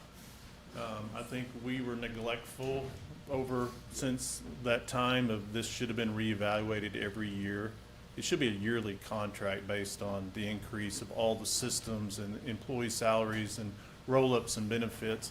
So basically, I looked at it two ways. I said, what was the increase in the number of hours of coverage that we have? And what was the increase in basically a base salary of a dispatcher? I didn't include roll-ups or any of those other systems. I didn't include things like benefits, retirement, overtime, cost to the CAD RMS system with licensing, radio infrastructure, training, supervision, facility overhead costs. I went basically two things. So when you look at going up from the original contract to where we are now, so you look at our average coverage increased 15 hours from 15 hours to 24 hours per day. So that's about a 60% more increase in service. Our labor costs went from, as the sheriff said, this doesn't include roll-ups, $39,145 in 2018 to $58,208 in 2026, which is basically a 48.7% increase. So you take those two numbers, you go from the $12,000 original contract price. Of course, you're adjusting the price based on the amount of coverage, and then the price based on the increase of salary, and I have it rounded about $29,000, and that's a very conservative number of what it should be. Mm-hmm. It should be probably higher, as what the sheriff said, but you know, when you go to a entity like the city of Ingram and you say, hey, we're going from 12,000 to, we're recommending, if y'all agree to this, 29,000, that's going to be a big shock when they discuss this at council. So I think also one thing we need to consider going forward is it needs to be reviewed yearly. And as the sheriff mentioned, with all our other maintenance contracts and ILAs, there's usually a cost perspective in each contract. Like our medical, it can go up 5% every year based on cost. So I think moving forward, because we didn't do that since 2018, it needs to be part of the contract going forward. Not hit them with the full amount, that probably what it should be, probably equal to what a dispatcher salary is. But start that process today on a conservative number and then add, you know, maybe an up to 5% increase each contract period based on what services cost. And that way, as we go forward, we'll kind of maintain a proper, you know, contract with the city of Ingram. I think it's interesting, you, in 2018, you said the dispatcher was about 38, and we were charging them 12,000 a year, which is about a third of the cost of the dispatcher. But you were expecting them to be part-time because they ran an 8 to 5 shift. Right. Even though the contract didn't state that. Correct. But that's what was expected because of the hours that they had their own dispatch.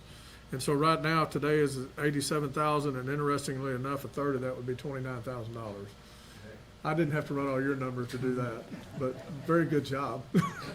But it came out to 29, but I do think that we should be getting closer, and we do need to have a built-in to where it increases annually.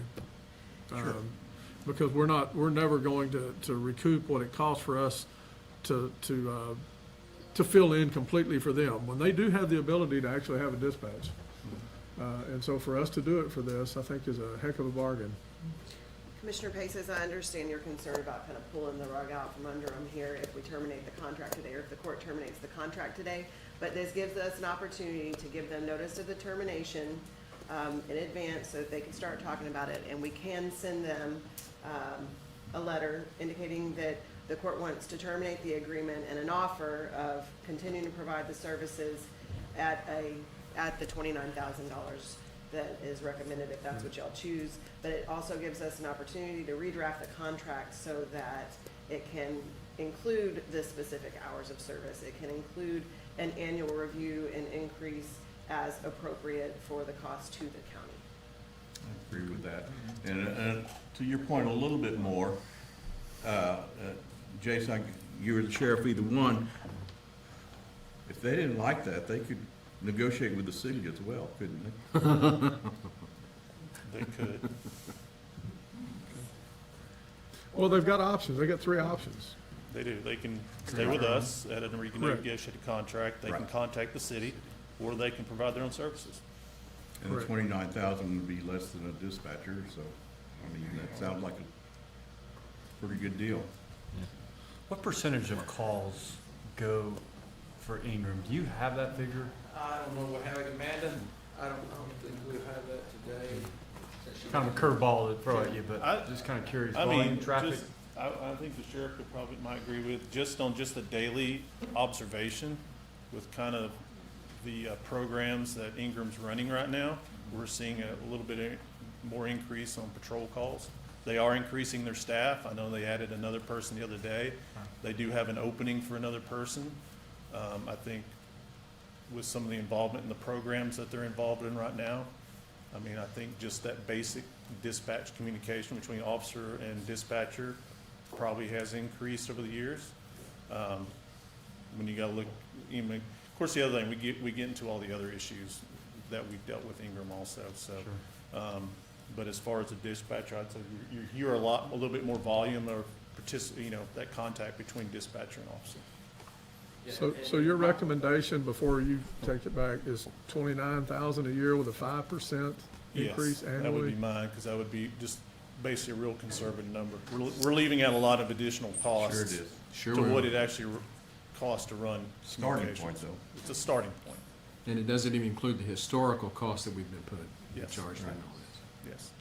And so the public understands, we have been the good neighbor, the responsible big brother in this relationship. And it is time that we start doing things at arm's length. Yes, And this is maybe a fingertips leap, yes, but we have a long way to go. yes, sir. Yes, sir. Also, I haven't had the fortune to meet the chief. I think he's been here a year. So I think. Well, what does that tell you? I'll leave it at that, Judge. But they are, my understanding, trying to go 24 hours a day, which is great, which I look for the activity to more, which is good. Obviously, we've been covering the city for years to go, our patrol. But anyway, I think 29,000 is a good start Jason put together. And we look at that, work with Heather moving forward to send a letter. I mean, but like I said, I'm open for any opinions y'all might have. If you're comfortable with that, relieving some of your blood pressure on this, Yes, sir. This is I'll go sunburn along with anyway. whatever you recommend. But I've watched you go through hell on this. Yes, sir. That's my recommendation, $29,000. You can correct me if I get off on this. So I want to make a motion to terminate the interlocal agreement between Kerr County and the City of Ingram for the provision of the radio dispatch services by Kerr County Sheriff's Department to include an increased ILA for the amount of 29,000 with an annual 5% increase. We roll that into the termination? I think you almost have to. Give us good instructions on the letter to. Yeah, I think you have to. Draft, yes. provide to the City of Ingram, for opening up negotiations for a new contract. Right. So that's the motion. Second.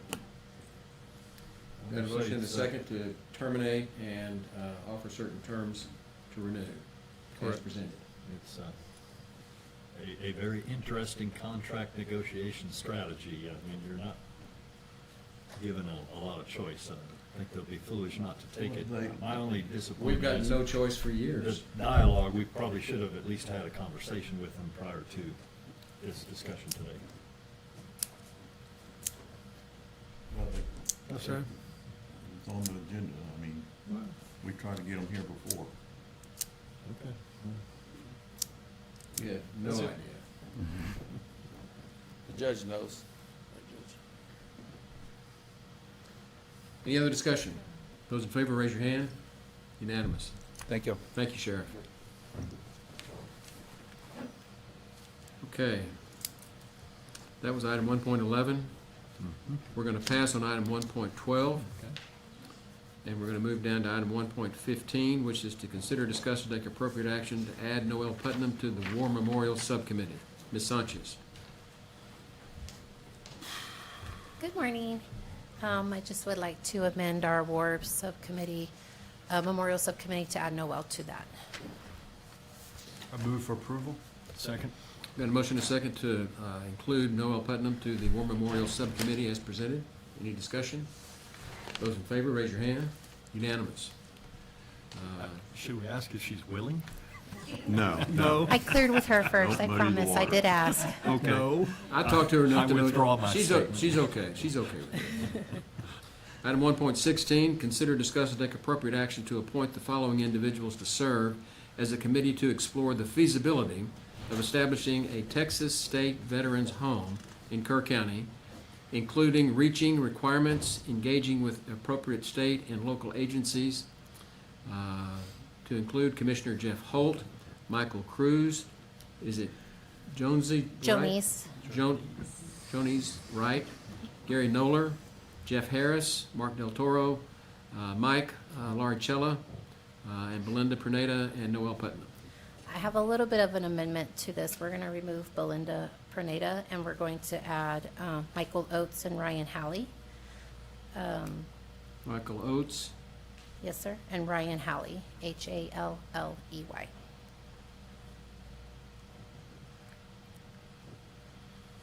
okay, so we have this, I'm so we have a motion pending for the establishment of the committee as presented, but with the change that Belinda Perneda would be dropped and Michael Oates and Ryan Halley will be included. Yes, sir. I respectfully ask that Commissioners Court appoint those individuals. Kerr County is approximately home to 4,300 veterans, and an estimated 12,000 to 15,000 veterans live within a 50-mile radius of Kerrville. Many are aging and need skilled nursing, memory care, and other long-term services designed for veterans. This is very near and dear to me. Ever since I started this job, having a VA-approved nursing facility is it's a need, and it's not here. Kerrville we do have our Kerrville VA Medical Center, so it is kind of the hub for the rural areas. And we met with Texas Veteran Land Board, and they feel Kerr County would be a good place for it. So, and it's like a 5-year process, but it's just to get the committee going and get it started. And it's not just for veterans, it's also for spouses and surviving spouses as well. But I did have the opportunity to go and tour the closest one, which is in Floresville, and it is one of the original 4 that was built, so it's over 20 years old, and it is exceptional. And it is very, very good, and I think this is something that is really needed in our area. I have a question for you. What is the county's role in this? I need support. We have the Veteran Service Office. That is a federal function that we do voluntarily. That's what it is. This helps, gets benefits for veterans, so Mhm. if y'all are moving off into this, it's just important to identify the county's role in this This is, project. from what I understand, this is strictly an exploration committee, Correct, yes. so they can help support. Well- I don't know that they have a and role we- beyond that. And Commissioner Holt can speak because he was part of that meeting. It is really, it's vital that if we move forward with this, we do need support of our leadership. Just saying that they support it. It's not, we're not saying the county's going to provide money or anything like that, but somebody has to take the initiative to look into it. Yeah, I was gonna move for approval for, open for discussion, but, I think we're already there at discussion. Yep, my question as well, like, Let's go ahead and do a motion in a second. I'll feel more comfortable. Yes, sir, I do too. Move for approval? Second. Got a motion and a second. Now, the floor's open for discussion. Yeah, my question as well, when we met with them, like, what is our role? Because it's, very much a federal and a state and then a local momentum being created for this, but, in that there should be some agreements what our role is to be. And that's kind of what I asked during that meeting that was coordinated. It was actually with that land commission, the state land commission. And they're like, what we need from you in the county is where? And do you have a needs? Conduct a needs assessment. Prove to us that you have a need for this. And then where would you have this? Is it going to be on the property they already have? Or are you going to offer up some other properties? Becomes a real estate proposal that we would throw up there. So those are the two most glaring that came out to me. Do you have a need for it, and where would it go? And then after, it would be figuring out how you would do funding and where that would come from, which is the Veteran Land Commission that also, so partnerships for funding. And that becomes important because, like, okay, or are you asking for 10%? Or what percentage are you asking from us in the county? And that is why we want to establish this committee to figure out what our responsibilities are going to be. For that, what would we be tied to coordinate from a local perspective? And would they be sharing financially? And like, are we getting into something more relationships and obligations? Probably, which is your concern. Like, okay, that's great, but what are you tying the county to for obligation wise?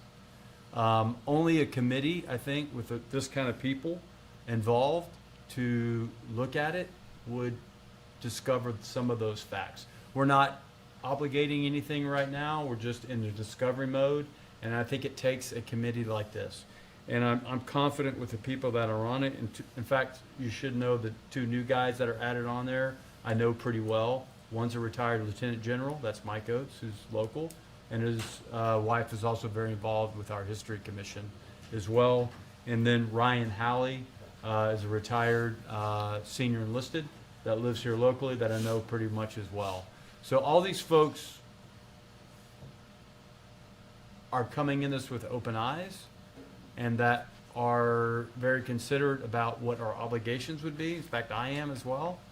But also, they're also advocating for the need. So your Did I catch that correctly? Yes, sir. So your obligation really is to evaluate the need and location and make a recommendation to the State Land Commission, Veterans Land Commission? Veterans Land Board, correct? Yes, sir. So the way it works is really 25 acres need to be donated. That could be through a local, state, or private entity. The VA has the ultimate deciding factor. So let's just say, just for funsies, the VA wanted to donate some land, the state wants to donate some land, and we had a private entity that wanted to donate some land. We present that to the, what goes through the Veteran Land Board, but it goes through the VA. They go and they do a water testing and soil testing, and then if they say yes, then it starts the procedure of the donation and it goes through everything.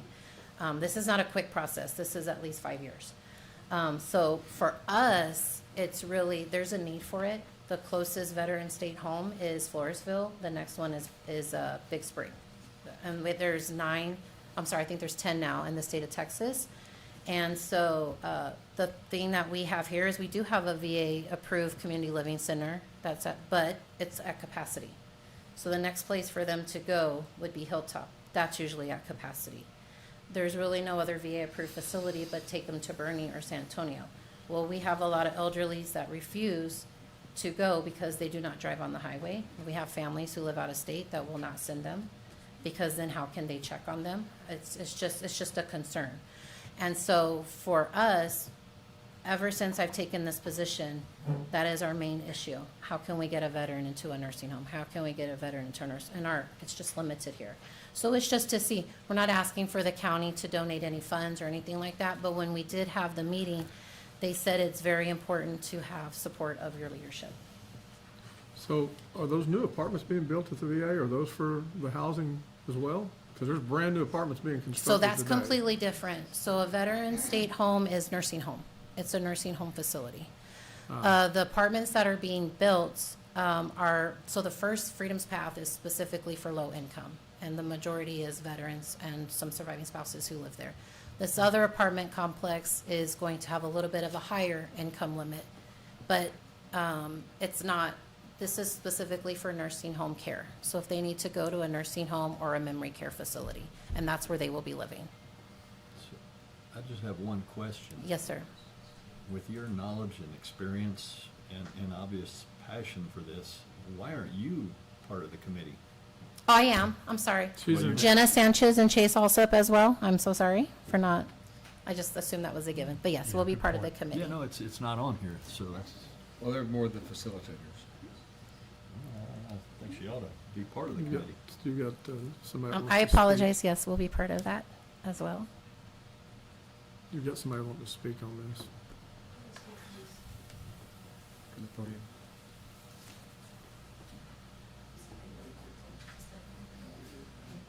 Nikki Kane's Precinct 4. I'm at the VA hospital almost every Friday, volunteering. And we have 2 floors and a memory care with patients. And we've lost a lot of them in the last 6 months. But I guess my question would be, if this is a nursing home, are you going to be drawing from the VA hospital? Is that where, instead of being, those patients being It's just an alternate place. an alternate place? It's up to the veterans if they want to move somewhere else. Okay. Right now, we don't have other Okay. options for them. That's a Okay. VA-approved facility. This would be VA-approved. Okay, all right, thank you. I'm just going to repeat that so it's on record. This will not take away from the VA having their community living center, which is like a nursing home. This is just another option that we have for them as well.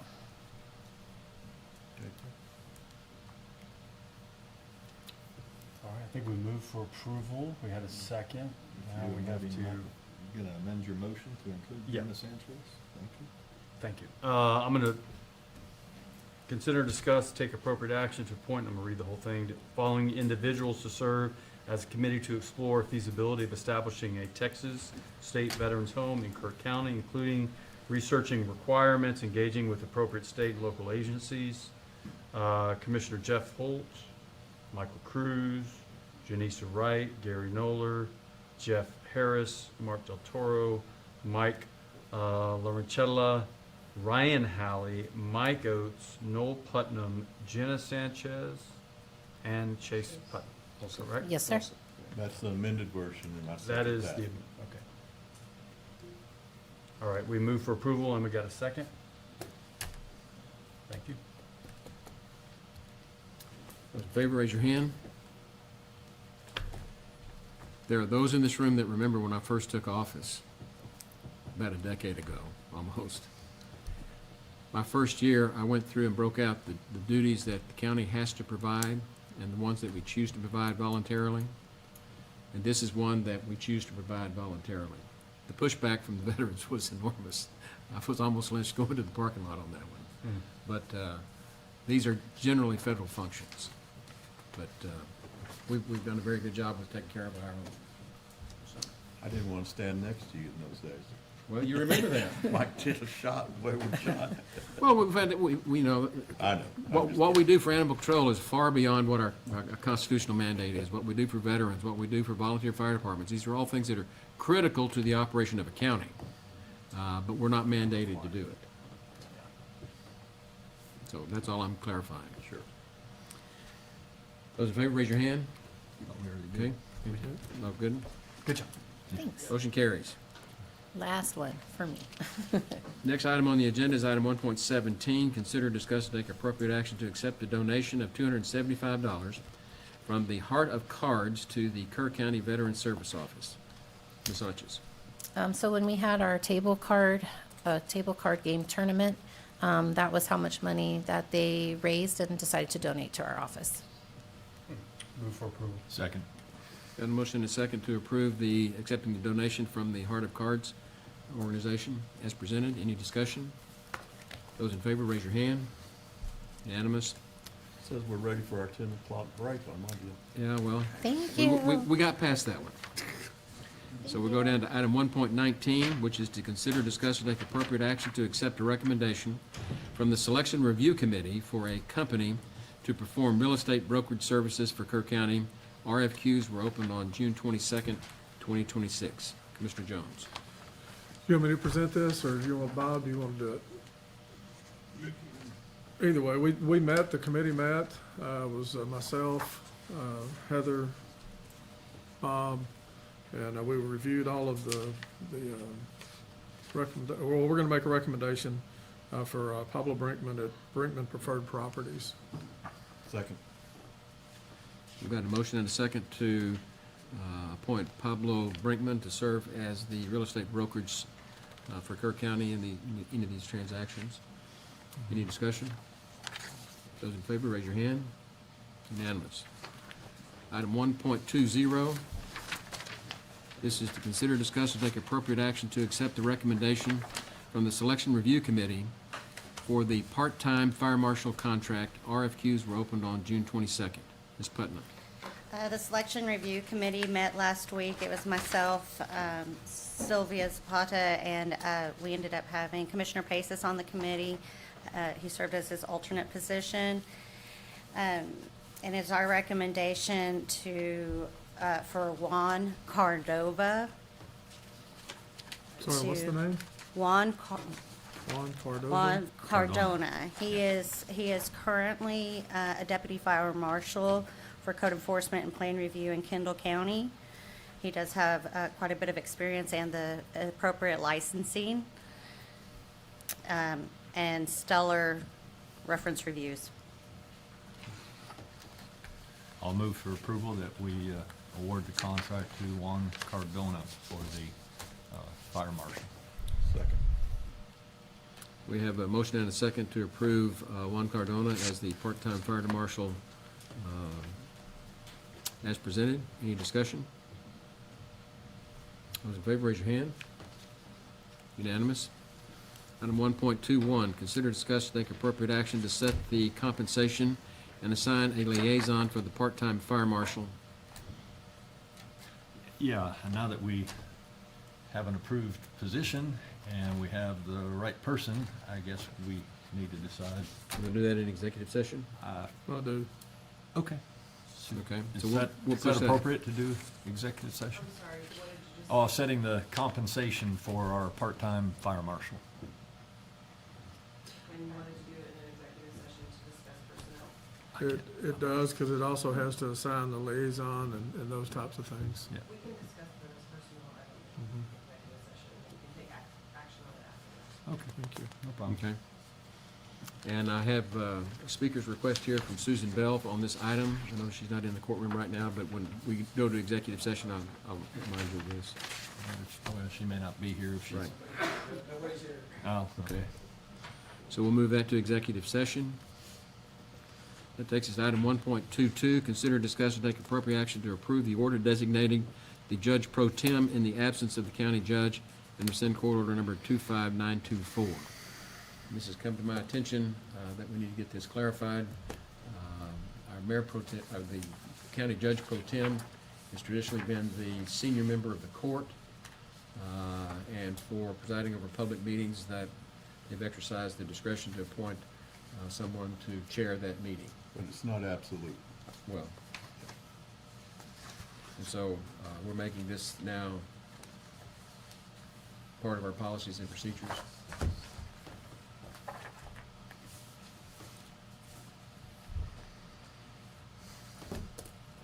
Well, it fall to me, and. Yeah, that's what we're all looking at. Well, for now. and I've passed because we have a judge-elect, Yeah. and so it just seems fitting. So this is merely a codification of the practice that we've been doing. Yeah. And it, I read the guidelines or the policy and everything, and so I see no problem with it. Okay. Then I move that it be clarified to that effect. Second. Got a motion and a second. Any discussion? Those in favor, raise your hand. Unanimous. move on to item 1.23. Consider, discuss, take appropriate action to approve an interlocal cooperation agreement for radio services and equipment between Kerr County and the Lower Colorado River Authority. Mr. Jones. And Mr. Palacios is in the courtroom. Oh, I'm sorry, I was having to look, see what we're doing. This is an agreement that was kind of, I guess we'd say, aged out from what we've had in the past, and so we wanted to revise this for the court, because the one we had, oh gosh, trying to think, it was several courts back, 20 years old. And so we had a great visit about it. They presented a new contract. Heather has reviewed it. And so I make a recommendation that we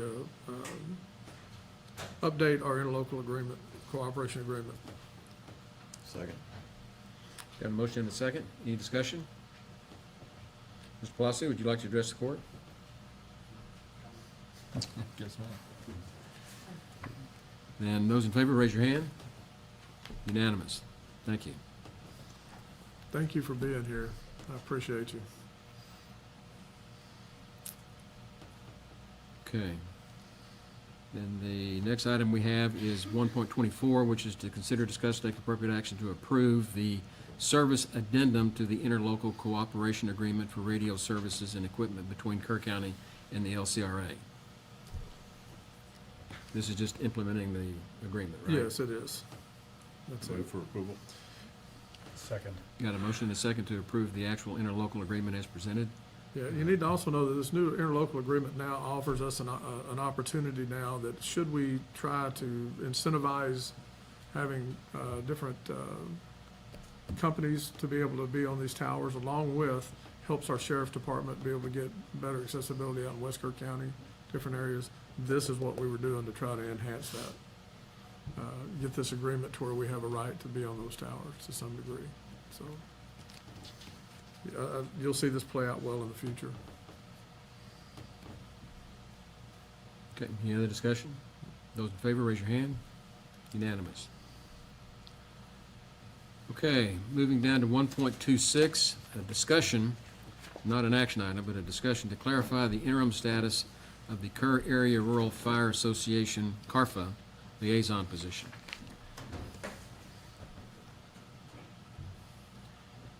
And let me just begin by saying that Shory Harmon, who is our emergency management coordinator, is not the liaison.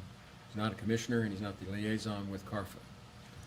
So Yeah, I this want to get that record. brought to on my record. attention that at the last CARFA meeting, they asked who the liaison was, and you told them it would That's what I thought be I heard in Shory. court. Yeah. That's what I And, thought I and heard you say. Shory, Shory is our EDC. He's not our, Okay. Then- he's not in that position. Yeah, EMC. Yeah. He's the emergency management coordinator. Then we need to answer the question, who is? So we needed Now, that to well, be let's- public record that they know that he is not. Sure. Okay, so this is a discussion. I don't know what kind of motion and second I need to begin the discussion, but I think we just need to kind of weigh in on it. CARFA has traditionally been an organization that has helped us oversee and work with our volunteer fire departments. And I'm not sure if that's the correct terminology or phraseology on that. What we're trying to do is get it clarified. We went back and checked the history of CARFA. It came along before we ever had any ESDs. We now have 4 ESDs, Emergency Service District. And one of the problems that we're having with CARFA right now is we're having volunteer fire departments that are withdrawing from CARFA membership, which puts us in a position that we really don't have much input or supervision or really coordination between our volunteer fire departments at this point, and we're not sure what to do with CARFA or do something other than CARFA, or at least begin a discussion as to where would we like to see things go with regard to how we work with our volunteer fire departments and how we work with our emergency service districts. Did I state that correctly, Commissioner Jones? Yeah, CARFA is extremely, or the membership of CARFA, our VFDs they're our first line people. Everybody in this county knows that. I know it, you know it. But I'm not sure that it's for me, I'm not sure we really need a liaison when we have our EMC and the sheriff's department in those meetings. I'm not sure that we need to, I mean, they are, when you get right down to the bones of it, they're a 501, is what they are. And that is their organization, not ours. It is. And it belongs to them. And I don't know that we have a liaison to any other 501s that would be, you know, that type of a function. I guess maybe KPA. Well, I think the Might real be. question here is, what do we want? Right. I mean, at this point, it's obviously critical to have a representative from KCSO work with our volunteer fire departments. And they do that and they coordinate very well. Likewise, it is also critical to have our emergency management coordinator participate and be aware of what's going on at the VFD level and the ESD level in order to be able to have a better response for the county at large. These are things that we clearly want. We don't know where CARFA fits in. We don't know if CARFA fits in. I'm concerned that I've got 2 VFDs that have withdrawn from CARFA. And It looks like one will rejoin. well, They might, but it's still incumbent upon every commissioner up here to be in tune with their VFDs, just like I talked about Wes Gordon a while ago. He's a personal friend. I talk to him, I see him, I actually go to church with him. I know y'all communicate with yours, all of them in your precinct, y'all do in yours.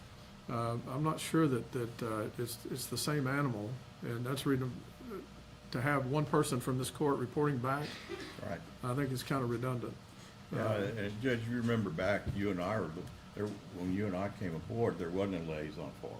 I know. And we developed it, we thought, well, let's do this. And, And you know, graciously I was- volunteered. Yeah, and, but now I think he's got one in VFD. He keeps, like he said, he keeps in touch with them. You guys naturally keep in touch with yours in your precinct. And I keep up with all 4 of ours, so. And the sheriff's department and Shorey being there, I think is adequate. Sure. I don't know that they need one. I see it differently, way differently, than y'all. And normally, like when you have so many different stations, of which we give money to, right? And Quite a bit. we don't have a requirement from the state of Texas to deal with fire, right? But yet, all these different first responders are out there doing their own thing, you know, for the most part. And there is a chance where they could feel like they're underrepresented in a large scale catastrophe.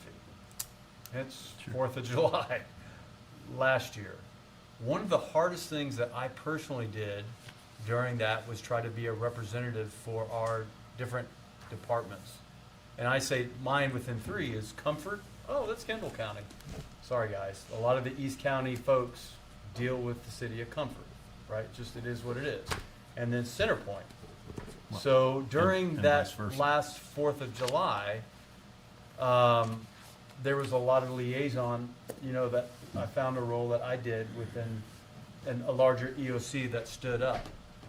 So when I think about being a member of a department, which is Centerpoint, along with Commissioner Pace's, I think about the challenge of all of these different departments and the personalities that go along with it. And there's a lot of people in this room know the personalities of leadership are very strong. And it takes a real strong leader to try to get them together and be on the same sheet of music, because it is a voluntary organizations and they are voluntarily involved in this. So I can think of no better reason to have a liaison than these different departments, to get them on the same sheet of music. And nothing against Shorey. He is the right guy at the right time for that position. We all know and agree that. But oftentimes, and I've heard it from multiple volunteer organizations, they feel underrepresented from the county. And I don't know why. It is what it is. And as you step off into another role, I think we need to preserve that liaison position. And I'm not saying who it should be. I could really care less. I just want them to be represented. I hear you. We're really talking about two different things here, and I think it's important that we focus on what these differences are. CARFA is one thing, and a liaison commissioner is another. I don't think there's any question in my mind that we need more county input into how we manage our VFDs. Now, I'm not saying we need a dictator. I'm not saying that we need a fly on the wall. What I'm saying is there needs to be some sort of skin in the game that the county has with the VFDs and the VFDs have with the county. We're giving them money, and there needs to be a role. I don't disagree with you at all, Commissioner Holt. CARFA is this curious creature that may have outlived its day. I don't know. That's one of the questions that I have in the back of my mind. The one thing that's unsaid about our VFDs that I think that we have to be honest with ourselves and the public about is they don't all like each other. And that's a problem. Well, I hear the snickers, and you know what? It's true. It's true. Now, what is our responsibility as a county to work with our volunteer fire departments to try to promote unity, to promote cooperation, to promote civil relationships? And I don't want to get too far afield here, but for those people that are in the know what I'm talking about. So what do we do as a county? I'm not in favor of more government, so we come up and we put together another organization that's going to work with the volunteer fire departments. That rarely is that the answer to problems, in my opinion. But we've got this void out there right now that is unaddressed, and either CARFA is asleep at the wheel or they're driving the bus. I'm not sure which. Well, the VFDs, honest to goodness. The VFDs don't want us telling them They don't what want to do. And they don't like CARFA telling them what to do. Exactly. And so you have Well, that. that's not an accurate They just statement. take, what? No, his statement, they don't want Carver telling them what to do. There's one department that doesn't want Carver telling them what to do. Well, so let's what do go we do back. as a county then? Well, I wasn't through. They don't want to be told what to do. They like the money, and that's about all we have. You know, they turn in their receipts, and they need it. You know, and it's doubled under my watch what they've taken in from the county, and I've been, because they've always used it appropriately. You know, right now it's up to $40,000. Some counties don't, like you said, they don't give them a penny. You know, they just say, hey, you got an Well, ESD. I'm and do not it that way. suggesting that we do that. Yeah. Oh, I'm not either, but I'm just saying it goes back that they don't want to be told what to do. But then they say they're underrepresented. Well, I don't know about that. And there's an additional layer of complication that we've added to it that I'm not exactly sure how to interface with. And that's our emergency service districts. These are taxing districts. And they levy taxes and collect taxes to provide for emergency and fire services in those particular districts. They're called districts, not precincts, but districts. And so how much should we be helping another taxing entity when they can levy their own tax to take care of their own needs? And I'm not trying to dump anything on anybody. I'm trying to create a dialogue so we can kind of figure out what's the best way to go here. Obviously, we want VFDs. We need VFDs. They need us. How do we interact with the ESDs? What is their role in all of this? For the various VFDs that these ESDs oversee, they have a very direct relationship with that VFD. But not the other ESDs, VFDs, and not the VFDs that don't even have an ESD. Is that too many Ds in a I mean, in there's one only sentence? 4 ESDs. Right. Only 4, nine VFDs, 4 ESDs. That's right. And, you know, And so we need to come up with some sort of governance, some sort of participation and collaboration, some sort of some sort of hierarchical structure, even if it's only recommended and not necessarily binding. But we need to have some kind of relationship definition as to how we want to try to do all this stuff. That's what really comes to my mind in all this. Right now, your relationship is defined by a contract I that know. you have with each of the VFDs. And the agenda item is about a liaison position with CARFA. There you go. Clarification. It is CARFA. You know, And frankly, CARFA's the one we singled out. I'm so concerned about losing that touch point with CARFA that I will volunteer to do this. I don't do that very often, right? Because I volunteer for enough, but I think we need this so badly that I'm going to state,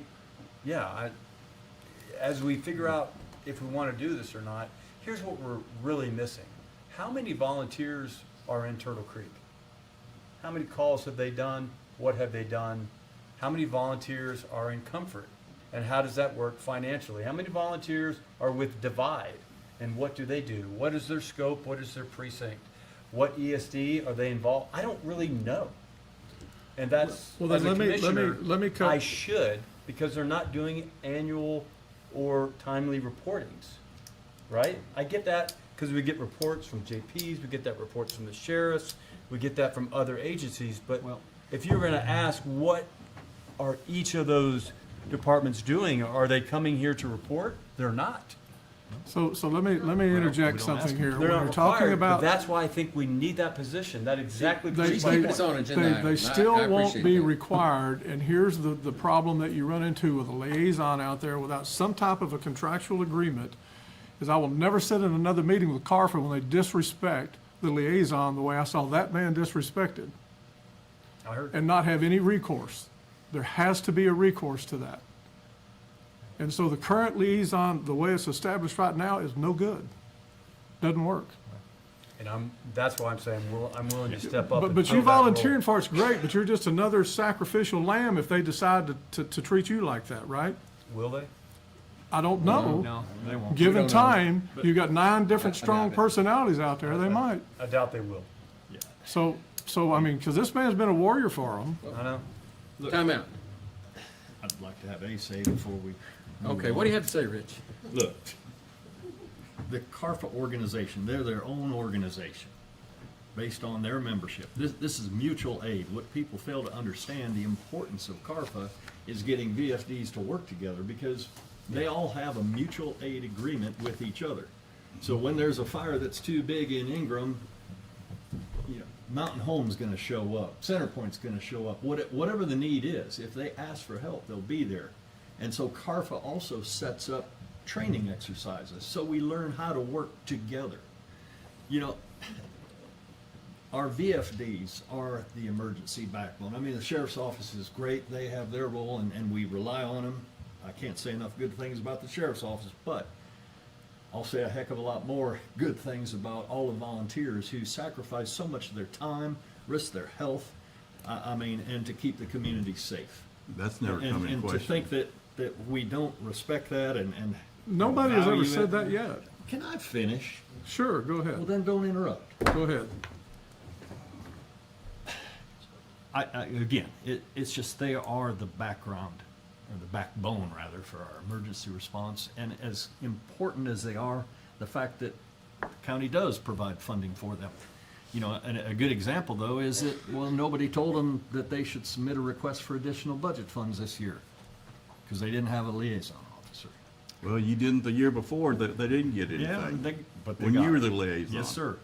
Let's- So the let's- point let's- is, I think there should be a liaison officer as well, and I'm happy if Commissioner Holt wants to be it. I don't care, you know. But it's such an important function. We shouldn't. Never said it wasn't.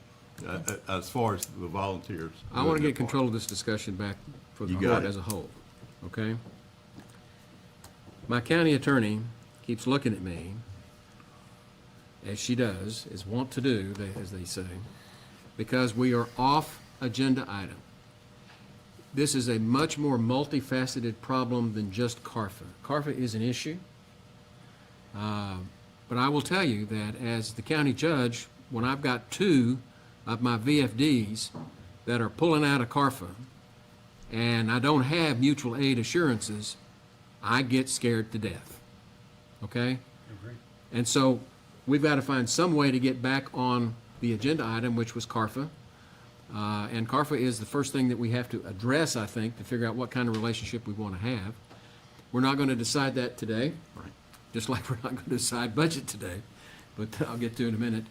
But bottom line is, this is a discussion item. This is something that needs to be pursued, and we need to put it back on agendas, or we need to form a task force or subcommittee or something to make sure that we don't just put this down and not pick it up again for 6 months.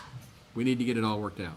And one thing to clarify something you just said, the VFDs do agree to provide mutual aid under the contracts they have with us. Outside I of understand. being And they're members of fantastic CARFA, about they do make that promise that they'll provide those services. Spirited discussion. I'm glad that was clarified. Okay. I'm going to skip over the two agenda items and move down to item 1.29. We'll come back to the agenda, the budget items, which is to form is consider, discuss, take appropriate action to appoint a grievance committee pursuant to the Texas Local Government Code in the event that a grievance is filed by an elected official regarding the proposed salaries for elected officials for fiscal year 26-27. And this is just a review committee that we have to, a grievance committee that we have to have in place to be able to make those decisions. And I think that is uncontroversial. Right. And it usually doesn't come up. It has come up. Well, it has. I actually sat on one, yeah, I did too. yeah. So I mean, this was a few years back, but it did Doesn't come up. always. Yeah. Well, I'm in favor. I'll make a motion then to appoint a grievance committee pursuant to Texas Local Government Code, Section 152.014, in the event a grievance is filed by an elected official. Okay, so we're not appointing the committee now, we'll appoint it Right. if and when a grievance is filed, so we don't have to go through this whole. Right. I have a note from Jody that says that you need to make sure that they address who the members are, and that the members of the public will only be chosen if a grievance is filed. Of the public members. Public It's a statutory list of folks who are on the committee, and there are a couple public members Right. who are chosen. Right. I think out of the district clerk's records of Grand jury. members. So it's a process, but it's detailed. And who are the state appointees? It's just the local appointees are elected officials, It's in that sheriff, document. county attorney, county judge. Yeah. Not county judge? Treasurer, district clerk, hang on a second. Here, Tax assessor. it's in There's here. 8 of us. I know the sheriff enjoys it. Here it is. The sheriff, county tax assessor collector, county treasurer, county clerk, district clerk, county attorney, or criminal district attorney, and the public members. 9 public members. So that's, So is that your that's my motion? statute. Yes, sir. And we're gonna do the county attorney, not the criminal district attorney. We don't have a criminal district attorney. That's- Right. that's Okay. So, yeah, I'm just reading the statute. Right. So we have a motion to appoint a grievance committee. Yep. Consisting of the public members that you just read off, and then 2, those are elected Yeah. officials. 2 public members, which will be appointed if and when there is a grievance filed. Is that what I understand? Yeah, and it actually says 9 public members if the commissioners vote to have 9. So can we have less? Look at this You guy. can have less, you don't need 9, there are only 20 last turnover, but there are only 2. I'm just referring to the statute, that talks about 9, I don't know. We have an old court order But there. it does say if the commission's court votes to have 9 public members. Apparently, we don't have to.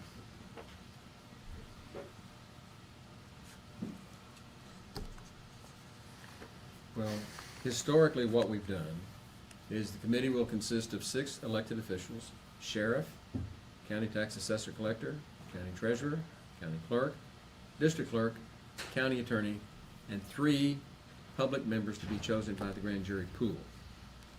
Okay? That's worked in the Is that- past. I'm good with that. Okay, so I'll amend my we'll motion amend the to motion to go with that. read just like this. Yes, that's fine. Yeah. Any other discussion? Yes, sir. Did you get a second? I think so, Who's yeah. in second? Good deal. Oh, okay. Yeah. Okay, those in favor, raise your hand. Unanimous. Thank you.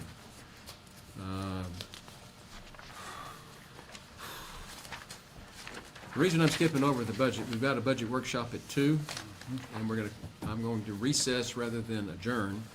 And when we convene the workshop at 2, I'm going to reconvene this meeting so that we can begin the budget discussion and then conclude it, or maybe not conclude it, but further it in the workshop. So let's move on to item 1.30, which is to consider, discuss, update on matters related to the Hill Country Energy Subregional Planning Commission. Okay, got quite a bit. I'll try to shorten it. Anyway, we had a board meeting. It was Tuesday, July 7th in Kendall County Historic Courthouse. So the draft minutes from that meeting will be posted on the website this week. That's www.hcesrpc.com. Gillespie County finally appointed a replacement for Judge Daniel Jones to sit on the board. That appointee is Charles Olfers, Commissioner Precinct 1. So he'll be joining. Kerry Short had asked me to speak at a community town hall on BESS at the Mountain Home VFD on June 24th, which I did, and I'm always happy to do so. And at that meeting, we had about 100 people or more who were all greatly concerned and opposed to the Isvolta planned BESS facility in Mountain Home along I-10 next to the LCRA substation. Okay, we have a working group of people, a legislative working group, and they have prepared detailed comments on the Public Utilities Commission's proposed rules on BESS, and also requested a public hearing on those rules. And that hearing was granted on June 25th, so we had an organized team that attended the public hearing. In total, there were 14 speakers, 13 of whom spoke against the proposed rules for a host of different reasons, and only one speaker from the Sierra Club seemed to think that unreliable wind and solar energy is good for the environment. So he spoke in support of the rules. And the video of testimonies is available on PUCT's website. That legislative working group also provided edits to Wes Verdell's, Representative Verdell's House Bill 1378. Basically, that bill requires a 500-meter setback from adjacent property lines. And we're now working on a bill that would give the Public Utilities Commission the authority and obligation to strategically plan for the location and type of electricity generation that they allow to connect to the grid. It's actually the deregulated market, along with the federal subsidies associated with the so-called climate crisis, that allowed best developers to decide where to put their facilities in often remote and unregulated rural areas of small counties, far from the need for power, and only because small counties are unable to regulate the facilities. So we'll be working on that, and that's AI is being very helpful in that. So it's amazing what even old dogs can learn new tricks. Meantime, we are urging PUCT, as we did at the public hearing, to use the provisions that are already available in their regulations to require a risk-adjusted public benefit to test that. They need to consider the probability of fire and environmental remediation and the depression of adjacent property values. Also, they really need to factor in reliability and the transmission losses. If they put it in a remote location and then say they want to transfer the power to the Permian Basin, well, there's a cost associated with that inefficiency. We've also pushed the PUCT to limit cost recovery and the use of interim mechanisms because they want to pass on a guaranteed rate of return to every Texas ratepayer, which most of us find unacceptable, especially for BESS facilities that don't generate a single megawatt of new energy. And of course, we're pushing for them to ensure uncompromising cybersecurity and national security compliance, which up to now just has not been happening. That's why we have 700 missing attestations for battery energy storage systems. And the last thing is that we want to push PUCT to add county commissioners' courts and the Chapter 391 regional planning commissions to the notice list, so that local authorities actually know when these things are coming and get a chance to review the transmission and distribution utilities contracts with the power generation companies. That was it from that. Otherwise, Texas Scorecard published an op-ed piece that I sent them about the deregulated energy market in Texas, which is creating the inefficiency, unreliability, and unnecessary costs for the Texas ratepayers. So that's out there on the Texas Scorecard. And I've also submitted a few articles to all the local papers, so we'll see if any of them pick it up. That's it. Next meeting. Oh, next meeting, September, let's see. Sorry, I should have added that to my notes. It's, I believe it's September 4th. We'll put out more details later because it's going to be in Gillespie County. So we're kind of waiting for confirmation of where in Gillespie County at the courthouse, presumably. I think it'll be at 1 o'clock though, so. But I'll get more information out next meeting. That's all I got. Okay.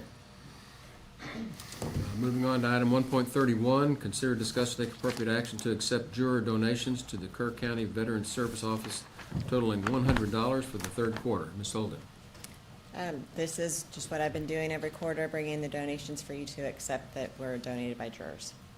I move for approval. Second. Got a motion and a second to accept the donation as presented. Any conversation, any discussion? Those in favor, raise your hand. Unanimous. Item 1.32, consider, discuss, and take appropriate action on the renewal of all supplemental insurance benefits with SWBC. Ms. Zapata. Good morning, Judge Commissioners.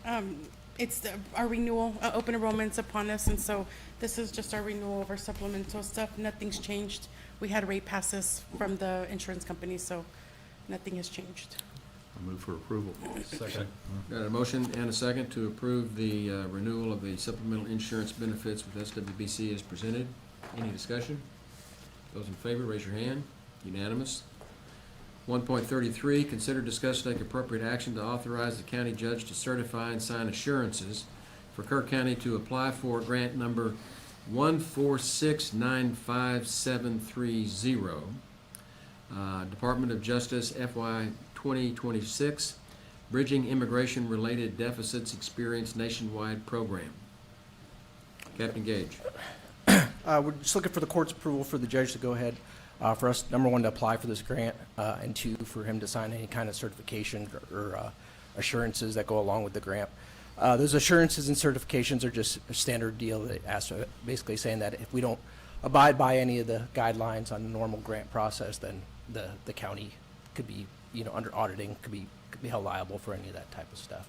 But that's just standard practice on all the grants. So. Motion to approve. Second. Got a motion and a second to.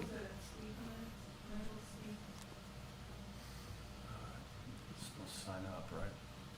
I'm sorry, I didn't sign. That's okay, you can go to the podium.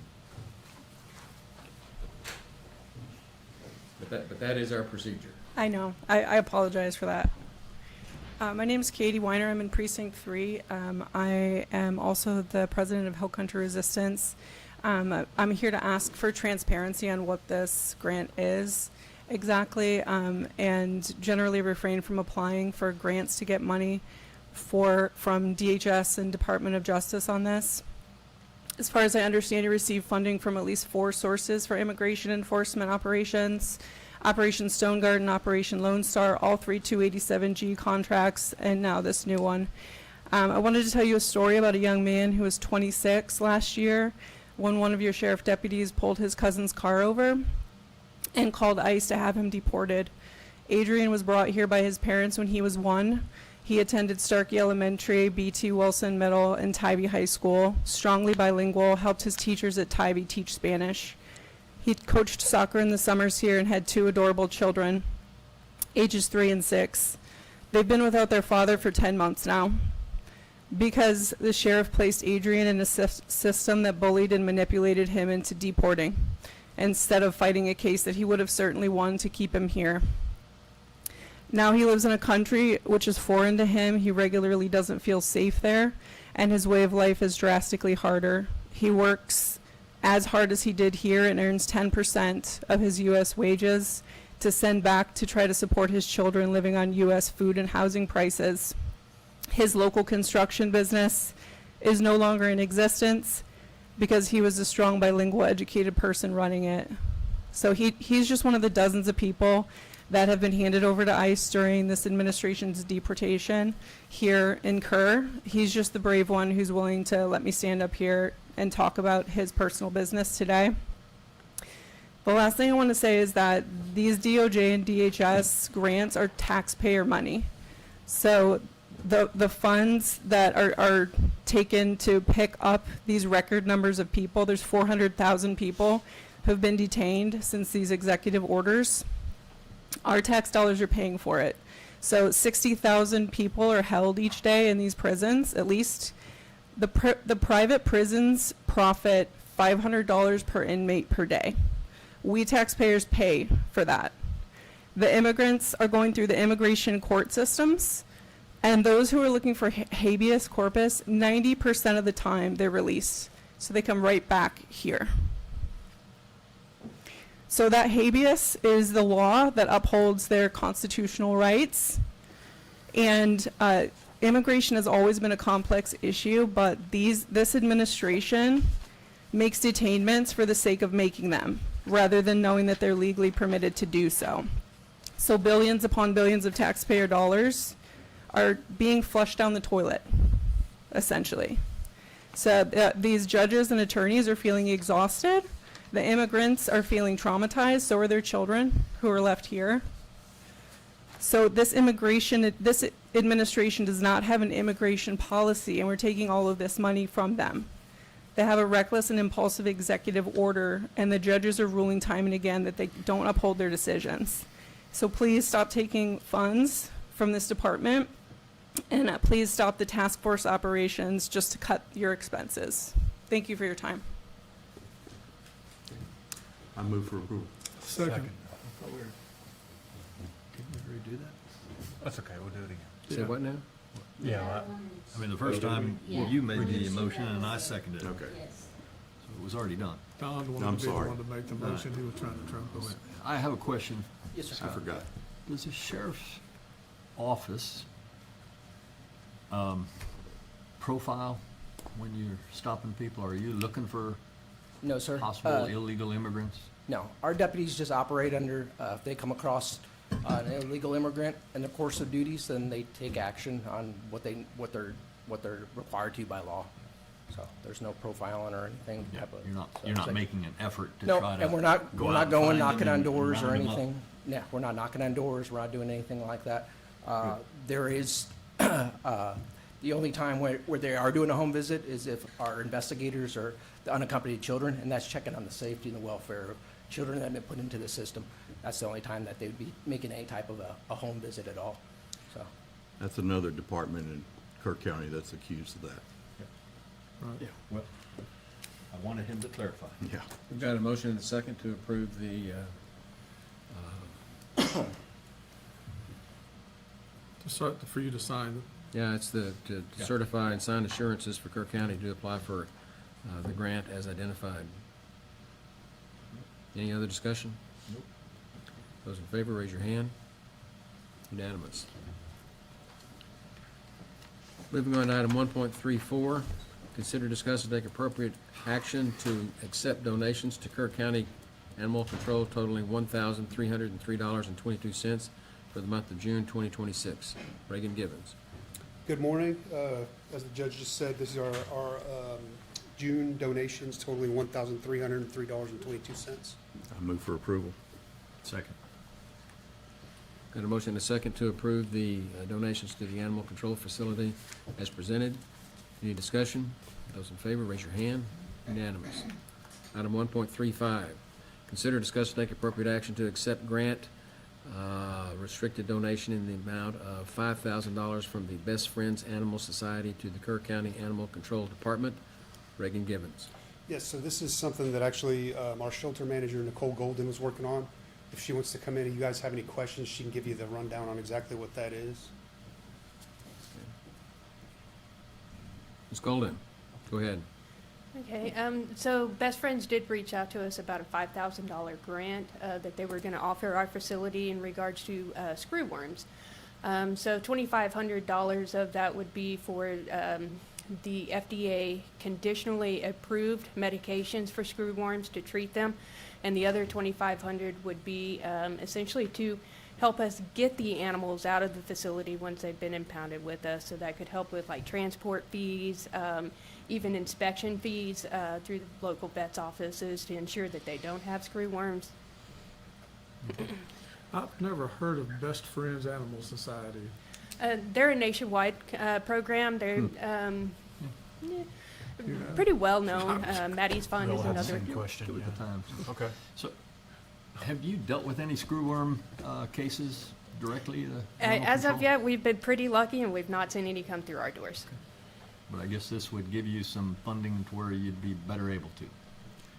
Yes, definitely it would help with the prevention because the screwworms, once they've laid the eggs, there's a few day period where you're not quite sure that there's anything in there. It's once they mature to a certain level that you actually can physically identify them. So it would be helpful for us to be able to give this medication as a preventative. That way we're protecting the animals that come into us, whether they go back home with their owners or through an adoption process.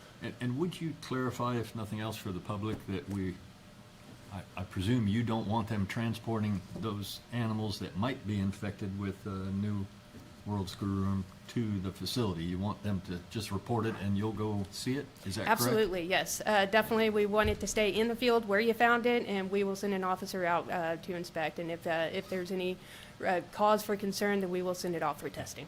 Good. Any other discussion? You have a motion? Yeah, we do. Do we? Do we have a motion in a second? No, I I guess move we for don't. I'm sorry. approval. That was the last Okay. one. You move? I will second. Okay. Got a motion and a second to approve accepting the $5,000 grant from Best Friends Animal Society to Kerr County Animal Control Department as presented. Any discussion? Those in favor, raise your hand. Unanimous. Thank you. Thank you.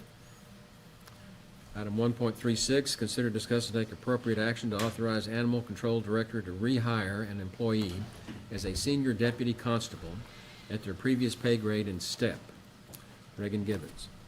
Yes, sir. I'm not sure how much of this you want me to talk about right now. We can talk about it in executive session if you'd prefer. I would. Okay, Both we'll defer- both of those items. Both, probably. and 137 both as these. well. And 137 as well. Let me go ahead and call 137.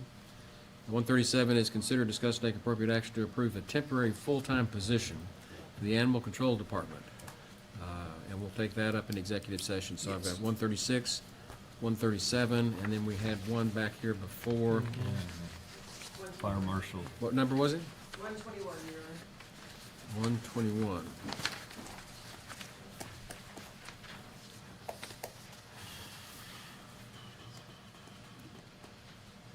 One, 121, fire marshal. Yep, got it. And we'll take those up in executive session. Let me go back briefly and call the agenda items 127 and 128. 127 is a discussion regarding proposed department requested budgets for the fiscal year 26-27 budget. And 128 is a discussion regarding the county judge's recommended budget. We've run out of time this morning. We have a workshop at 2 o'clock. I'm going to recess and reconvene at 2 o'clock. We'll take these two items up first, and then we'll go straight into the workshop. And so with that, let's move on and finish up some house cleaning items such as 2.1, which are budget amendments.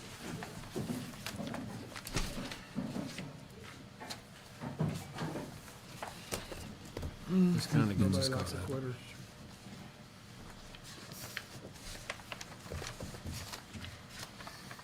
You have 11 budget amendments advisory, 9 are line item transfers. We've got one budget amendment for and then one for new grant revenue.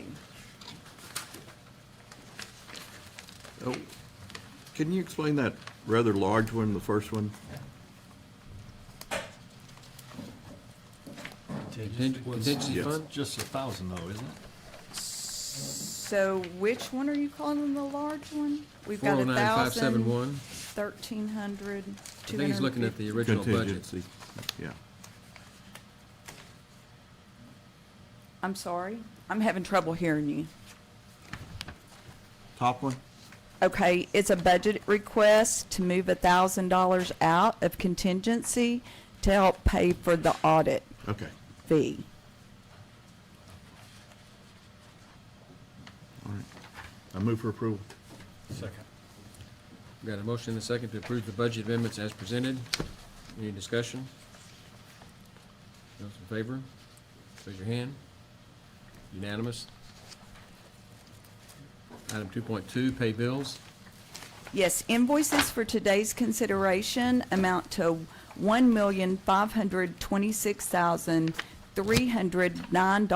$1,526,309.82. I move for approval. Second. Got a motion and a second. Any discussion? Those in favor, raise your hand.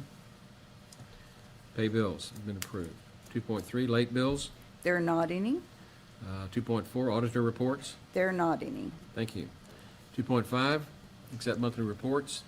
Yes, for June 2026, constables, Constable Kyle Snyder, Precinct 2, Constable Paul Gonzalez, Precinct 3, Constable Brad Ryder, Precinct 4, Justice of the Peace, Judge J.R. Horn, Precinct 2, Judge Kathy Mitchell, Precinct 3, Judge Mitzi French, Precinct 1, County Auditor's Report, County Auditor Tanya Shelton, District Clerk's Report, Uwe Bobbitt, District Clerk, County Clerk's Report, Nadine Alford, County Clerk, Kerr County Environmental Health, Ashley Batters, and County Treasurer Payroll, Tracy Sullivan. I move for approval. Second. Got a motion and a second to approve the monthly reports as presented. Any discussion? Those in favor, raise your hand. Unanimous. 2.6, court orders.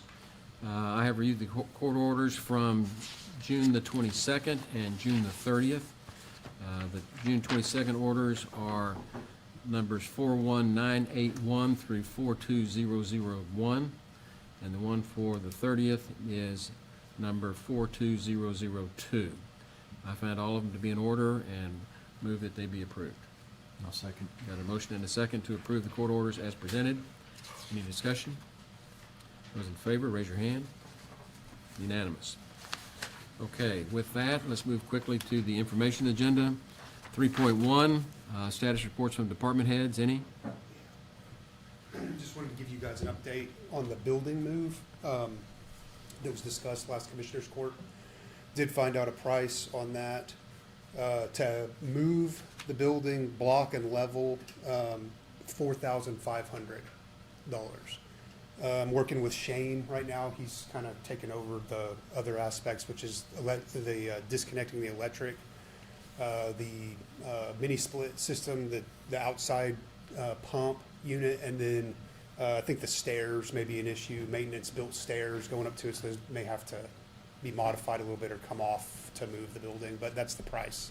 So just want to let you know. So before you do that, though, we approved to move it, not sell it, but we didn't approve a location, right? Yeah, we did. I thought we just said West that Kerr. would be a good location to consider. Is Kerr that- Annex, what we, But did we determine that's where we were gonna put it? For Because- now, for now, that's, yeah. Yeah, that's what I remember. And didn't we approve up to 5,000 to move it? I mean, I don't. Can't remember. I don't Seems remember like- that. I'm not sure that I heard that. I don't remember that. I don't either. We approved some money. We knew it was gonna I can't cost. remember. Or approved him to look into it, I think. Oh, was it? basically.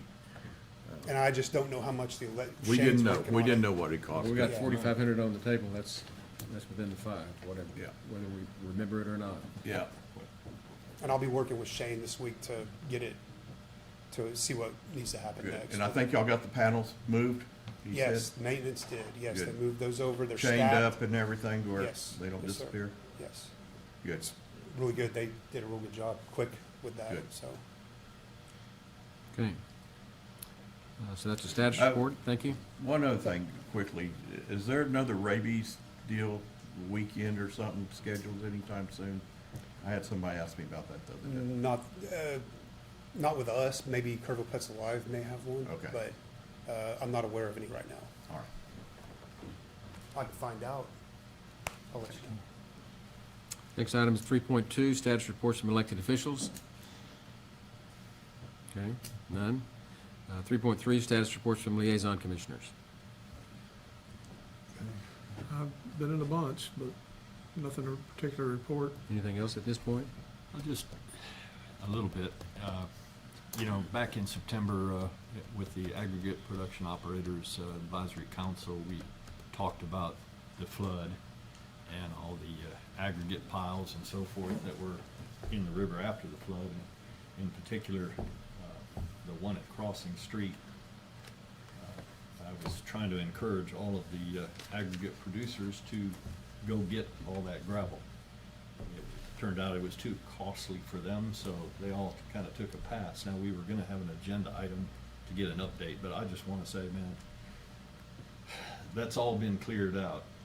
Annie's Helping Hands and Jason Reed's JRW Construction done a phenomenal job of moving it. I mean, there's a small, thin layer of gravel sitting there, but it looks pretty much like it did before the flood, which is great. But what's even better is what they did with all that gravel.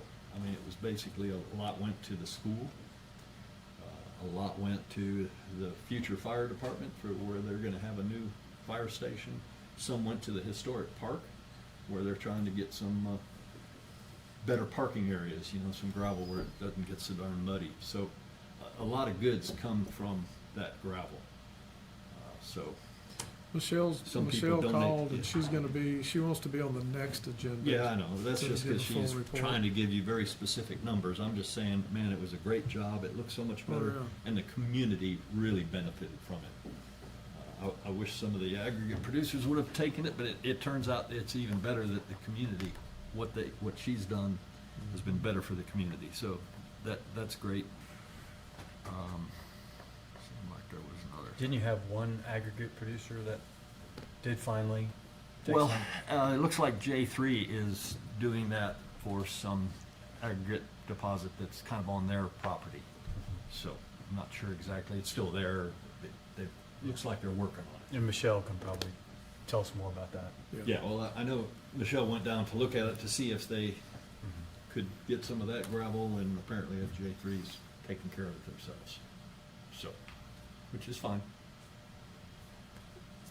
And if the public knows of any other gravel piles, I mean, this is a pretty good model if they're out there and we can get, you know, property owners' approval. We've kind of worked through what we need to get in terms of approvals from Parks and Wildlife or from, you know, Bobby Gore over, you know, in terms of the floodplain manager permit. So we know how to approach that and to work with them, plus Tatum. Yeah, they need to go through So that first. it's all worked out and working very well if there are additional piles. Could be. So. I guess Okay. that's all. So with that, let's adjourn for just a couple of minutes and reconvene in executive session. We've got 3 items to take up at that time. And I can't be here.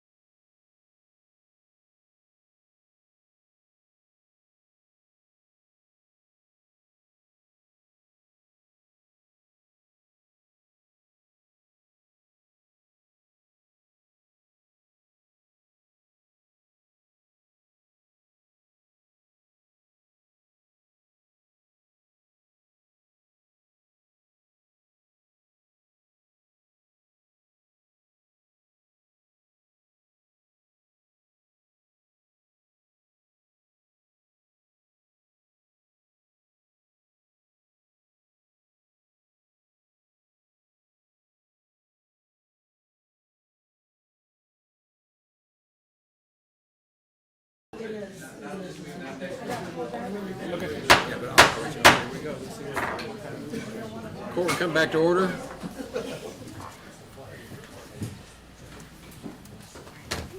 I just had two juveniles. It's been a day. We're going to try to finish up the business we had from this morning. Then I'm going to briefly address the budget, kind of let you know where we are with that. We still have a lot of work to do on the budget, just so there's no surprise. Let's go back to the regular Commissioners Court meeting. We went into executive session and we made some decisions. And I'm going to need to take some action coming out. And this is under 5.1, action as may be required on matters discussed in executive session. And the first one, let's deal with the part-time fire marshal. I need a motion and a second. Motion. Okay. Second. Second. And this is to confirm offering a part-time, offering a contract position. At $30 an hour. At $30 an hour. This is not a part-time position. This is not tied to hours. There's no roll-ups, no benefits in this. This is $30 an hour across the board to help us with whatever the fee the applications may be. So we've got a motion and a second. Any discussion about that? Sir. Those in favor, raise your hand.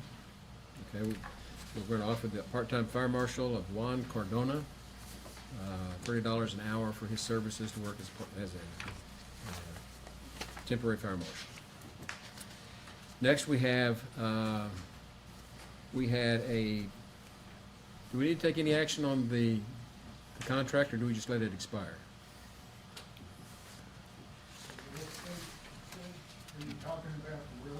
Yes, sir, the real estate. Just gonna let that expire. Just let it ride? Okay, good. We'll move on from that. Then we go to the animal services. One was, item 1.36 was to bring back a former employee just to work in the department who was very well-liked and very good employee that's coming back into, has to come back into employment with the county. And I'll need a motion and a second. I'll make the motion to consider and discuss, take appropriate action to authorize Animal Control Director to rehire that employee as a senior deputy constable at their previous grade and step. And to clarify, 22.5. 2.56. Step 6 is the motion. Yep, seconded. And so we've got a motion and a second to rehire Sean, what's his last name? Gore. Gore. Back at a grade 22.5 and a step 6. Any other discussion? And by the way, you're going to hear less and less about steps as we go forward. Just giving you a forewarning of what's to come. So with that, those in favor, raise your hand. Unanimous. And then with regard to item 1.37, which had to deal with part-time Yeah, part-time employee. make a motion that we approve a temporary part-time employee. It says full-time, so is it part-time or full-time? No, That's, It's a temporary full-time position. yeah, temporary full, yeah, I'll make a That's what the motion to agenda approve a says. temporary full-time position and that, for the period of the next, September 31st, the rest of this fiscal year. rest of this fiscal year. And it has to do with funds that are available in his budget.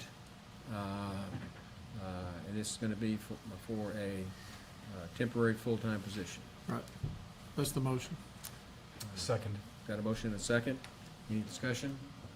Those in favor, raise your hand. I'm going to abstain because I missed the discussion. Okay, you're going to Fair abstain? enough. Okay, 3. You got it, Billy. okay. 3-0. 3-1, 3-0. 3-0. Okay. That covers all of the business we had in executive session. So with that, we're going to go back and pick up item 1.27 and 1.28. The first one is a discussion regarding the proposed department and requested budgets for the fiscal year 26-27. And the second one is the recommended budget. And there's good news and bad news. The good news is that obviously it's going to be less than last year. But I say that within reason, as best we can. But the bad news is we don't have all of the moving pieces in place yet. And so I need to go through and address some of the moving parts. First of all, with regard to the proposed departments' requested budgets, I have special requests that I received, and I have considered. The special requests are, first of all, with the Kerrville Sheriff's Office. There is, you got to. She's getting to him. No, what I've lost it. Oh, here you go. Yeah. Extras. Okay, now I've got it. In the KCSO, we had no, that's not it. There was an executive assistant to be reclassified as an executive administrative fiscal manager. And then there was also a telecommunications supervisor to public safety communications administrator. And then there was a investigator to be reclassified to lieutenant. The investigator to be reclassified as a lieutenant is with SB 22 funds, and those are funds over which this court has no control, or they're governed by the sheriff's office himself. And he's requested it, and he's legally entitled to it, and so that will be approved in my budget. With regard to the telecommunications supervisor, this is the dispatcher. And y'all saw Amanda sitting on the front row in here today with us, Amanda Jemison. And let me tell you, the recommendation is that she be given, she is at a grade 21.5 with 18 steps. And the recommendation is that she be raised to 26.5 steps, which is full force, not steps, grades, 4 grades, and remain at the 18 steps. That is a substantial raise.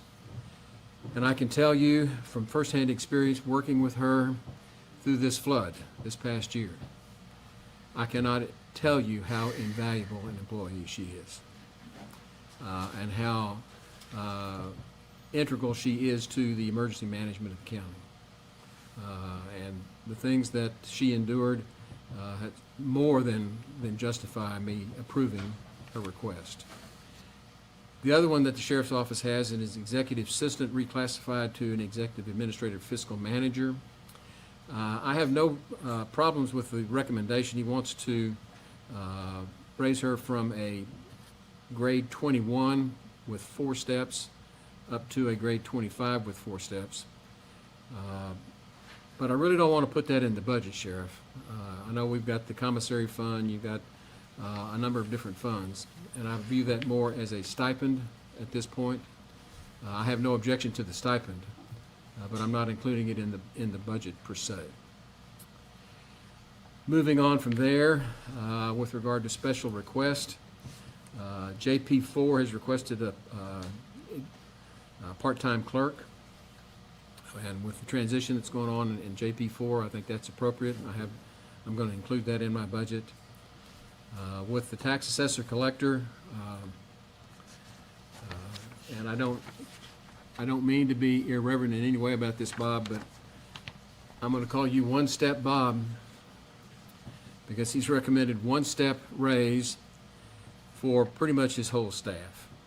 And that would go from, and it'd be,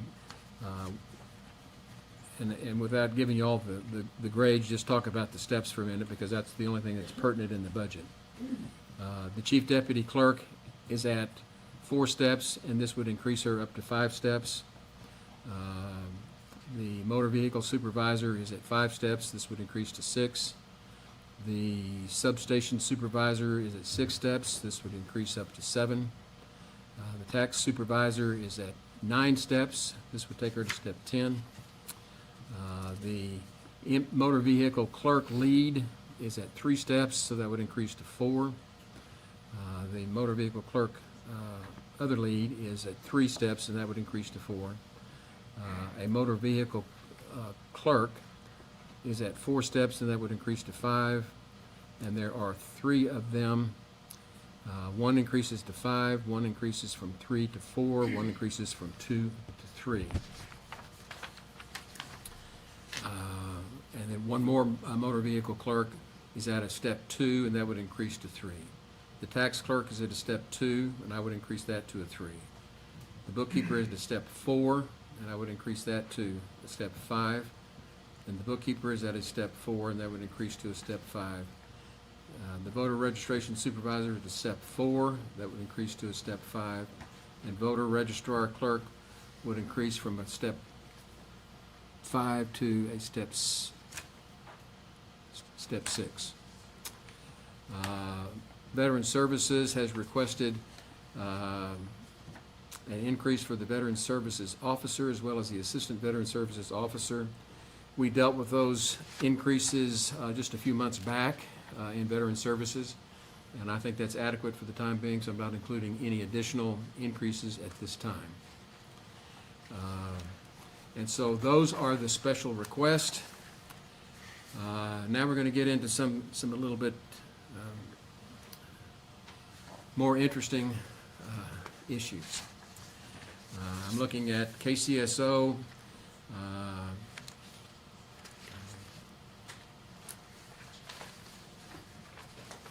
And I'm just going to talk about this. I think it's easier to explain it. This is what, a couple of weeks ago, I was approached by KCSO, the sheriff and a couple of his captains, about a grant opportunity that you vaguely heard alluded to in parts of the meeting this morning. But there is a significant grant opportunity that is available, and it's available on short notice. I think I signed the paperwork today, and it's going to be decided here within the month. Probably sometime in August is what we're looking at. And it is a significant grant opportunity. We're talking about, Sheriff, correct me if I'm wrong, but up to 6 positions? Yes, sir. Patrol positions? Yes, sir. And vehicles? Yes, sir. And for the jail, we've got it's the window, or is it the door? We're looking at the new control panel. I'm trying to get the new control panel covered along with the whole camera system. It's probably around $1 million. Now, these things were itemized in the grant, and the sheriff went through and was able to go back and take a look at what his request had been, and between Commissioner Jones and I, we've cussed and discussed the sheriff's office request, but all in a constructive light. This grant allows us to go above and beyond what we would be able to do in the county budget. And so, as gentlemen in Texas are wont to do, we sat there beside each other at my round table and looked at one another and said, I'm willing to take the chance if you're willing to take the chance. And both looked at each other, nodded our heads, and here we are. And that's what we're doing. And Sheriff, if you'd like to expound on that, please feel free to do it, but it is a tremendous opportunity. It is on a very short fuse for funding. There are 3 tiers to this process. There's a 1, 2, and 3, I think is what it is. And if you get approved at each one of the tiers, you just get that much more grant benefit. So Sheriff, if you could kind of explain that to us. Yes, sir. Kind of what we agreed to pull those 3 positions we asked for you out of the budget for this year. We're going to put in this grant. Our deadline is coming up this week. Is that correct, Gage? We're fine-tuning everything, going to submit it. I am going to be requesting 6 positions along with 6 vehicles and a lot of other things I'm trying to implement into the budget. I think that will help us. The budget is, what we get approved of is good for 3 years. I'm not saying it goes away at 3 years, but it can be hopefully renewed at that time. I know that the Commissioners Court always hesitant about taking on additional positions. But working with Jason and Scott, we're going to look at some other ways we can pay some other things in the meantime. Maybe part of our forensic lab, the $1 million jail upgrades that I've asked for. We're going to try to get that covered in there. You know some other things, Jason? Some of our contracts are going to be coming. Oh, yeah, like our taser contract might be around the contract, 50,000. like that. I try to do everything in 5-year increments. That way I lock that price on moving forward. We still got another year on that, but we're putting that in there. That'll cover us 5 years ahead of time. So obviously, I would come to you. I'd hate to hire somebody and then not have a job, but I'm going to hope that that's renewed in 3 years.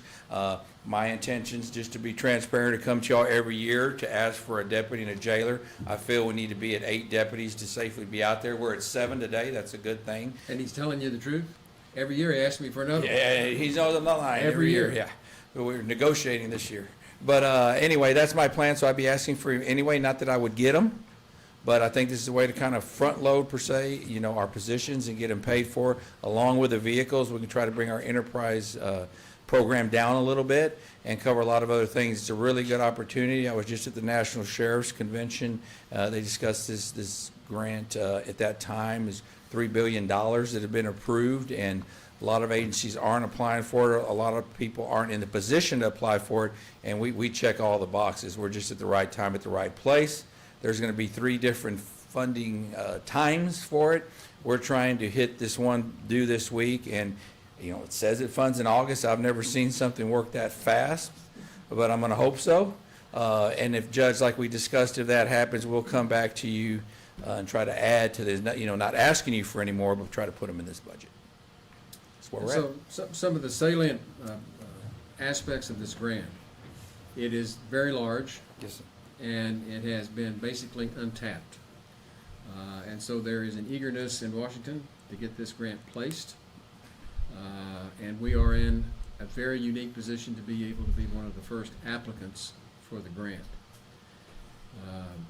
One of the things about the grant is anything that is already in the budget. In other words, any of his requests that I approve, and we've talked about the circuit board, we've talked about all of these things, we've talked about the additional patrolmen and additional vehicles. If I put them in the county's budget, then they don't get counted. Correct. I see some nods out there. Y'all understand how this works. What's the term they use for that? I forget. Supplanting. You can't supplant a need. And so the chance that we're taking here is we don't know what they're going to do, but we've agreed to work with one another to do the best we can. But this is something that is a significant tax savings for our local taxpayers. Yes, and just to be clear, I talked to Commissioner Jones. The only thing I would come back, if it got down to the very end when y'all had to vote, and I haven't heard anything, the only thing I would come to y'all and ask to refund the control panel, the jail control. That's something we have to have. But we're not going to put it in the budget. We're going to go base it. We're going to get it, and we'll be fine. But if not, I would have to come back, and because that's something I probably almost have to have. Absolutely. Because if not, we could have to stand housing our prisoners somewhere else, and we don't want to do that. No. So instead of walking you through all the would-be ask for KCSO, I am not including them in the budget by agreement. Correct. And we're taking a little chance here, but you know, good things happen sometimes, and this looks like one of them. And so that's the way we're going to proceed with that. Now let me talk a little bit more about the budget. This is my 8th budget, and my first year, you'll recall, our auditor passed away, and James Robles and I were left to come up with a budget. It was new to both of us. We scrambled, and we were able to come up with a budget that kept the tax rate at the same tax rate it was the year before, and we felt like that was an accomplishment. Since then, the next 6 years, we have reduced the tax rate. In all 6 years, we've reduced the tax rate. And it is my intention of being able to land this budget, again, reducing the tax rate. I don't know exactly where we're going to come out on this. We don't have our final numbers from the appraisal district. We're running a little late. That's why I'm doing it this way. We're trying to scramble here as fast as we can, and by the way, I did get 2 restroom breaks today, and that's been it. Literally. I mean, literally, I've been going nonstop since 8 o'clock. And we're scrambling, trying to get everything put together here. But depending on how we come out with on the appraisals, and how we can, and I'll talk about some of the techniques that we're trying to use here to be able to land this thing without having to raise the tax rate. So, where we are this year, when I look at my total revenues, which includes my property tax revenues as well as my non-tax revenues, they come to a total of a little over $54 million.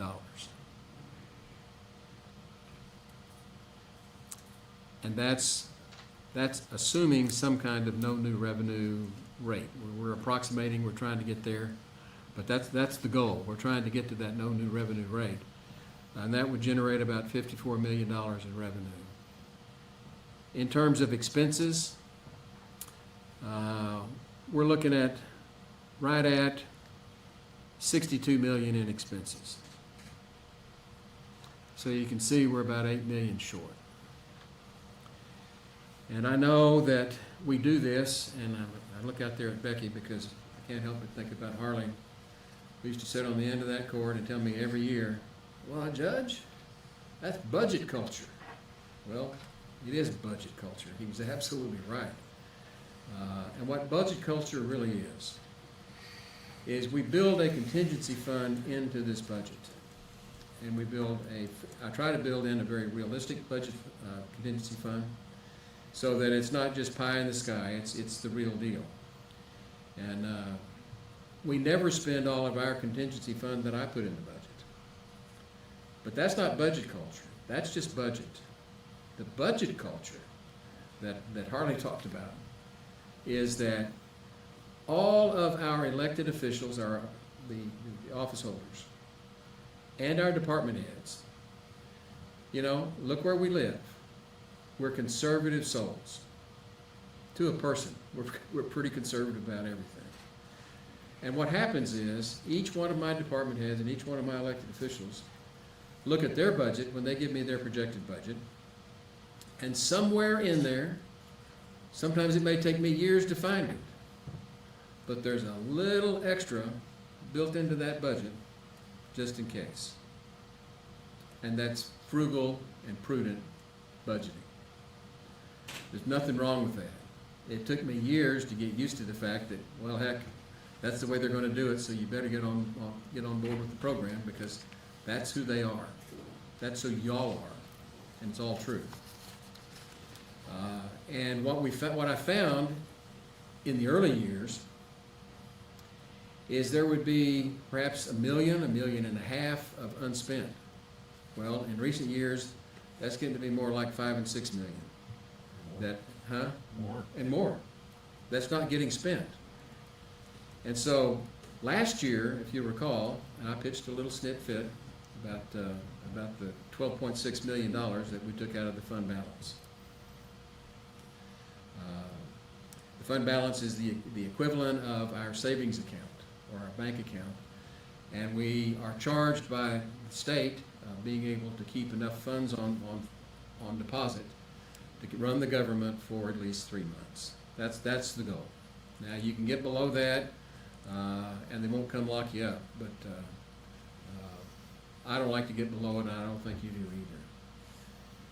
either. But with that, last year, we had to come out of the bank account, the savings account, $12.6 million to make budget.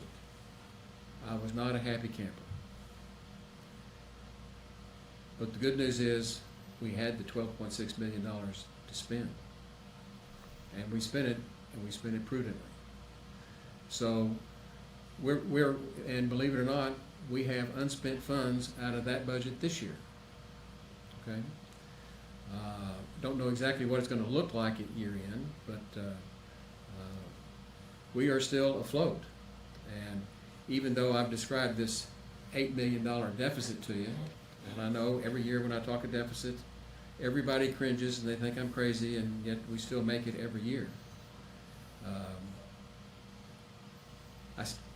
We're projecting that even with that, if we take another $8 million out of the fund balance for this coming year, we're still going to be pushing 24% reserves on deposit. That's 1 cent below the 25 guideline. Now, I understand that my role in this budget process is to be the bad guy. And I'm the bad guy to the individual department heads and officials that ask for me to put it in the budget. I'm the bad guy to nearly everybody out there, and especially a bad guy to the taxpayers on this thing.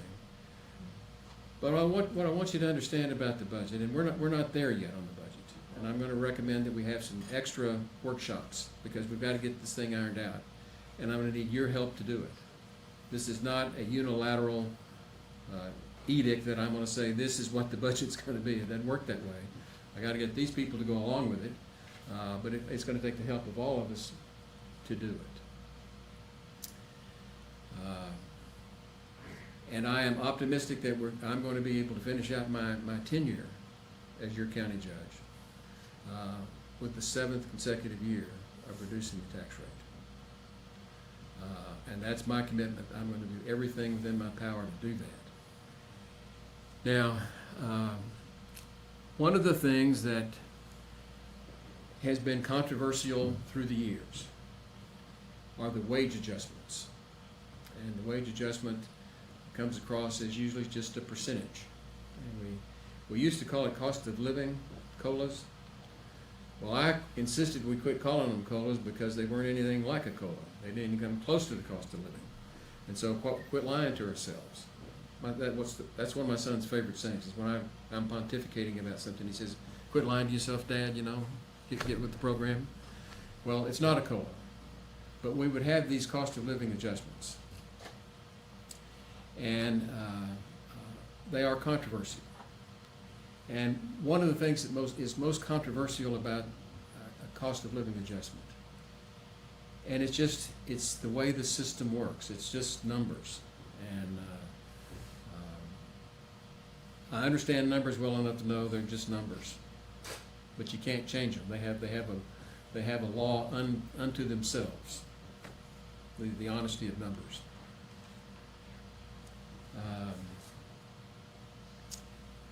The higher salary you have, the more that wage adjustment is going to benefit you. And the lower salary you have, the less help you're going to get on trying to pay your bills and taxes for the next year. That's just numbers. And what we tried to do a couple of years ago, you remember, we hired a guy by the name of Whirling to do a salary study for us. Y'all remember that vaguely? Well, I blew the dust off that this year, and I had him go back and fine-tune the numbers and let me see what it looks like now. That's the good news, is I'm looking at a real salary study instead of just an across-the-board percentage right now. I mean, we can always, you know, default back to the straight percentage. That's always a possibility. But I wanted to try to be fair with the employees and compensate them for what they should be paid. And some of our people are underpaid, and it's almost a crime what some of the people make, and they make ends meet. I don't know how they do it. And nothing against our high wage earners. They do a great job. They have tremendous responsibilities. They do a great job doing all that. But it didn't seem right to me that we disproportionately help them as costs go up than we do the smaller people. And I don't mean that in stature. I'm talking about just wage earners. And so I asked him to go blow the dust off this. We've got it right here. blow the dust off the salary study, let's take a look at it. And if you remember, we had it broken down into 3 categories: low, mid, and high. And we had it compared to about another dozen or so counties in the area. Most of them in the area, a few a little bit more distant that he had access to the data on to come up with this. That's the good news. The bad news is, you want to know when I got this in my hands? Where's Sylvia? Sylvia drove up from Bernie yesterday afternoon, put this in my hand so I could finally get it. So I haven't had a chance to study it as much as I would like to give you better news. But what my goal is instead of doing the cost of living wage adjustments the way that we've been doing them, is to try to get them tied back to something that's more realistic, something that's tangible and real, and try to address the people that need it the most first. But I don't have that for us today. I've got copies. It's not in the budget yet. No, well, it's Or not. is it? I mean, Well, and we've got something, I've got what we call, you got to go back to remember when we had Commissioner Moser and Commissioner Letts. And when it came budget time, they liked what they called placeholders. Do any of y'all remember that? I'm looking at something, y'all remember that. We put a placeholder in the budget because we don't know exactly what it is yet. And so what we're trying to do in this is put a placeholder in it. And the first placeholder we came out with is about $685,000 we thought would be able to do it. And so that's the temporary placeholder that I put in the budget to try to get there. I haven't taken a look at it, and I haven't sat down, I haven't had a chance to even visit with my auditor today other than to say hello. But that's something that what we want to do is get out to the members of the court, get it out to the public, get it on the website. All this is public information. So you can at least see what we've got in the way of a salary study. And to provide all the backup data that went into the compilation of the numbers that I was just reading off to you, so that everybody has access to that. And we're still working on trying to get a finalization on our appraisals and what that's looking like. So I sit here before you today juggling about a dozen different things that are all going to land here within the next week or two and fall into place. And we'll have something a little bit more concrete to look at. But I wanted to share with you what the moving parts are, what the approach has been. This has been a very heartfelt and thoughtful approach to try to land the budget this year. And I don't want to give the sheriff a big head, but when he walked in and told me about this grant opportunity, and he's looking at me, am I willing to take a chance on it? Well, look at all the variables I'm working with anyway. And I'm going, would I? You know, would I take a chance on that? Doggone right I would. And if it pays off, it's going to be a watershed moment for the county, and I think it will. But regardless of whether you like the budget or not that we end up with, whether or not I like the budget or not, and by the way, I put some budgets before the taxpayers out there that I didn't like, but we had to do it. Remember back when we were doing all the ARPA funds and stuff? There were a lot of things I didn't like about doing it, but we pulled it off. We pulled it off. I'm going to tell you, the sheriff and I held our breath a couple of times on some of the stuff with our radio system and everything that we did, but we pulled it off. And I think we're going to pull this off. And so that's where I am with it. Now, having said that, we can get you copies of these spreadsheets that I've got. They'll all be on the website. We'll get them posted. We're not going to put them on the website? We normally do not put this on the website. It Okay. will be available whenever it has to be filed, which is on the 15th of August, I believe, on the budget calendar. No, I got to file this budget with the county clerk by July the 30th. You sure? We can look it up. I'm pretty sure it's August the 15th that you file it with the county clerk. I Just a looked it second, up. I got a budget calendar. It's July the 30th. I didn't like it any better either, but that's what it Yes, says. sir, that's the day you present to Commissioners Court on No. what you're looking at. And then we've got another budget workshop coming up Well, on, we're gonna do some budget workshops. further on, just a second, I'm looking for the date. I'm going back. July, okay, what I'm looking at here, just so we have to do this, we have to disagree sometimes. July 31st, which is a Friday, the budget officer, that's me, files copy of the proposed budget with the county clerk. Correct, Copy sorry. shall be available for the public inspection and posted on the website. So that's my deadline. That's 2 weeks out. And we do have another budget workshop scheduled for, what is it here? The 27th? Yes, July the 27th. Well, that's not going to be enough, folks. I can just tell you. And so what I'm going to want to do is call for special workshops. I need to be able to get through this salary study and get something out for people to be able to look at and critique and offer their input. I'm looking at trying to do something by this Friday. It's a Friday, the 17th, to have another 1 hour or 2 hour workshop to try to get some of this information firmed up. And maybe another one on Friday the 24th. Fridays are usually an open day. I usually don't have much problem. It's kind of, but these are workshops.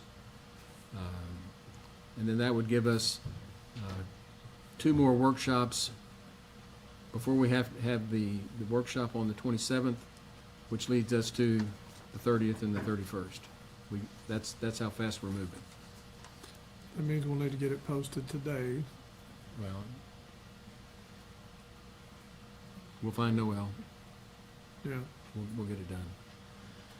But the idea being is that we know there's more information that you're going to need for you to make your own judgment about the budget, and we want to get that information to you. Is there anything else that you think we can cover today, Bob? You can do a 72 hour. At this point, as far as what I do, I don't know of anything I could add. I've got a KCAD board meeting in 19 minutes, which I may can bring more information about number of protests, what have you. KCAD is supposed to certify that 95% of the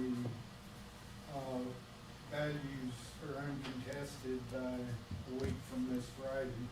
Our actual date is the 25th. I'm hoping it'll be to us on the 24th, but it may be on the 26th. I do know roughly 1.2 billion are under protest. That's what we're living with.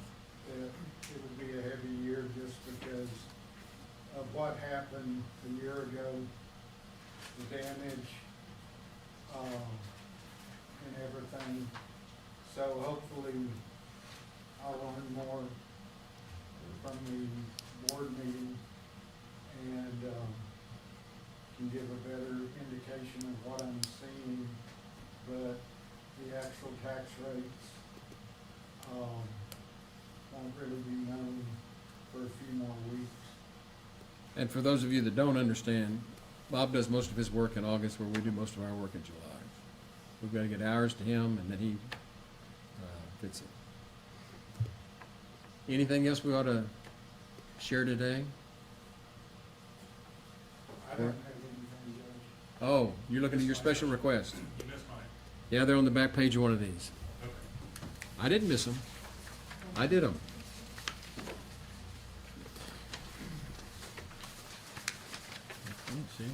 And I've got them They're not on the somewhere. back. They're right underneath Form KCSO 76. on the second page. Oh, yeah, okay. They're right underneath where you had the KCSO Fund 2076. towards the top. Here, Judge. Just hand him that. It's this section here. Okay. The special request for IT. And let me start by saying that for those of y'all that didn't follow this closely in the early days, when Corey Tennis came to work with us, he undersold himself. And when he realized it, he asked us to reconsider. Am I telling the story correctly? Yes. And he was told that a deal's a deal. Now, he's asked to be brought up to where he should be. And my staff. Well, I'm going over your staff. I'm not done yet. I'm talking about you right now. Yes, sir. And I agree with that. And that's going to be an adjustment of about almost $7,000, a little over $7,000. And then with his staff, we've got the Infotech Director, the Network Administrator, Systems Administrator, Support Specialist 3, and a Support Specialist 2. And what I did on that is I'm trying to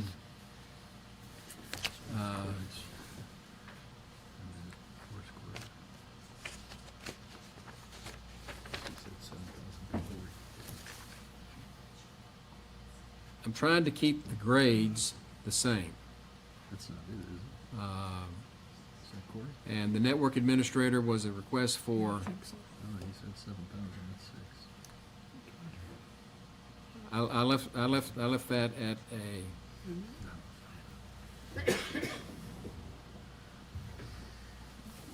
grade 26 and went up to a step 5.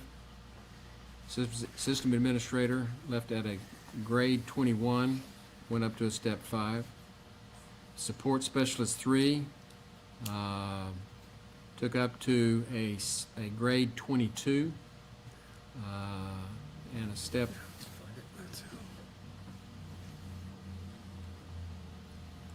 Tell you the truth, Corey, I can't tell if it's a 5 or a 6, but I wrote it.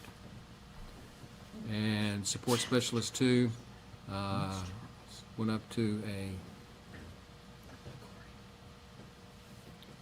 grade 21 and a step 6. I think the other one's a step 6 also. Yeah, I'm sorry I left that off. But I did it. That was that's what's in my recommended budget. And we've leaned heavily on IT this past year, and they have come through like gangbusters for us. So. Just to make sure I'm reading this right, Judge, for the increase on Support Specialist 3, the current is 19.3. Your county judges proposed a 19.5, is that right? Correct. That's a 2. Okay, that's what threw me off. Yeah, I have it from 19.3 to 19.5. He asked, they requested for 21.3, but what we have on our records is Okay. the 19.5. Is that correct? Yes, Judge Kelly, that's what Is we that spoke about. It was 2 steps, except for the system administrator was gonna go up 4 steps. So all the grades stayed the The same? grades stay the same. In 2 steps? Two-step Yes, from- increases on all. Okay, Yes. just make sure. Okay. I'm not And sure I was then reading it right. on Corey's, it was a little under 6,000, not 7,000. Okay, that makes sense. That's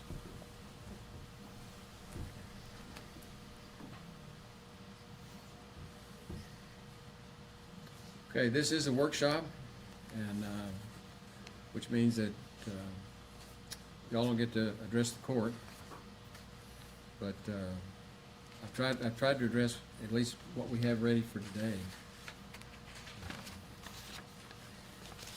Is there anything else that you can think of that we ought to try to address? I'm kind of curious whether you mentioned 600 and something thousand? 685. Is that included in the $8 million shortfall?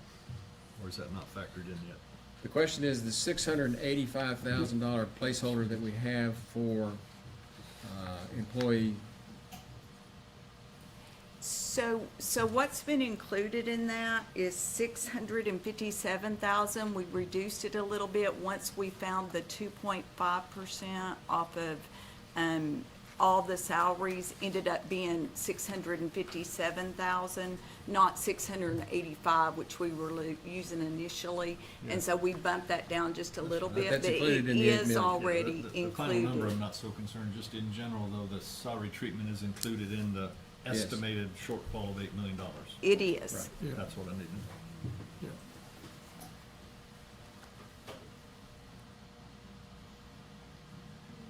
Anything else?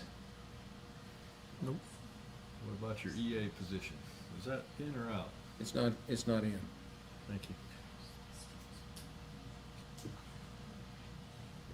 That was the intellectually honest thing to do. Good. I agree. Nope. Nothing else, huh? Okay. Then forgive me for being worn out, but I'm tired. And let me get a little rest, and I'll get back on this, and we'll try to get something posted and have a workshop Friday morning. Friday morning, what time, sir? 9? It's fine. Yeah, we just gotta get Noel. Let's make it 10. Give me some time to work with, Extra hour of sleep, well, good. to work with the staff.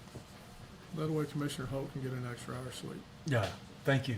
Appreciate You're that. welcome. Do you see his hat? Well, nobody wants to see it. I like his hat. Good, I'll wear it on Friday, Judge. Okay, 10 o'clock. 10 Friday. o'clock, 10 o'clock Friday. With that, we'll be adjourned.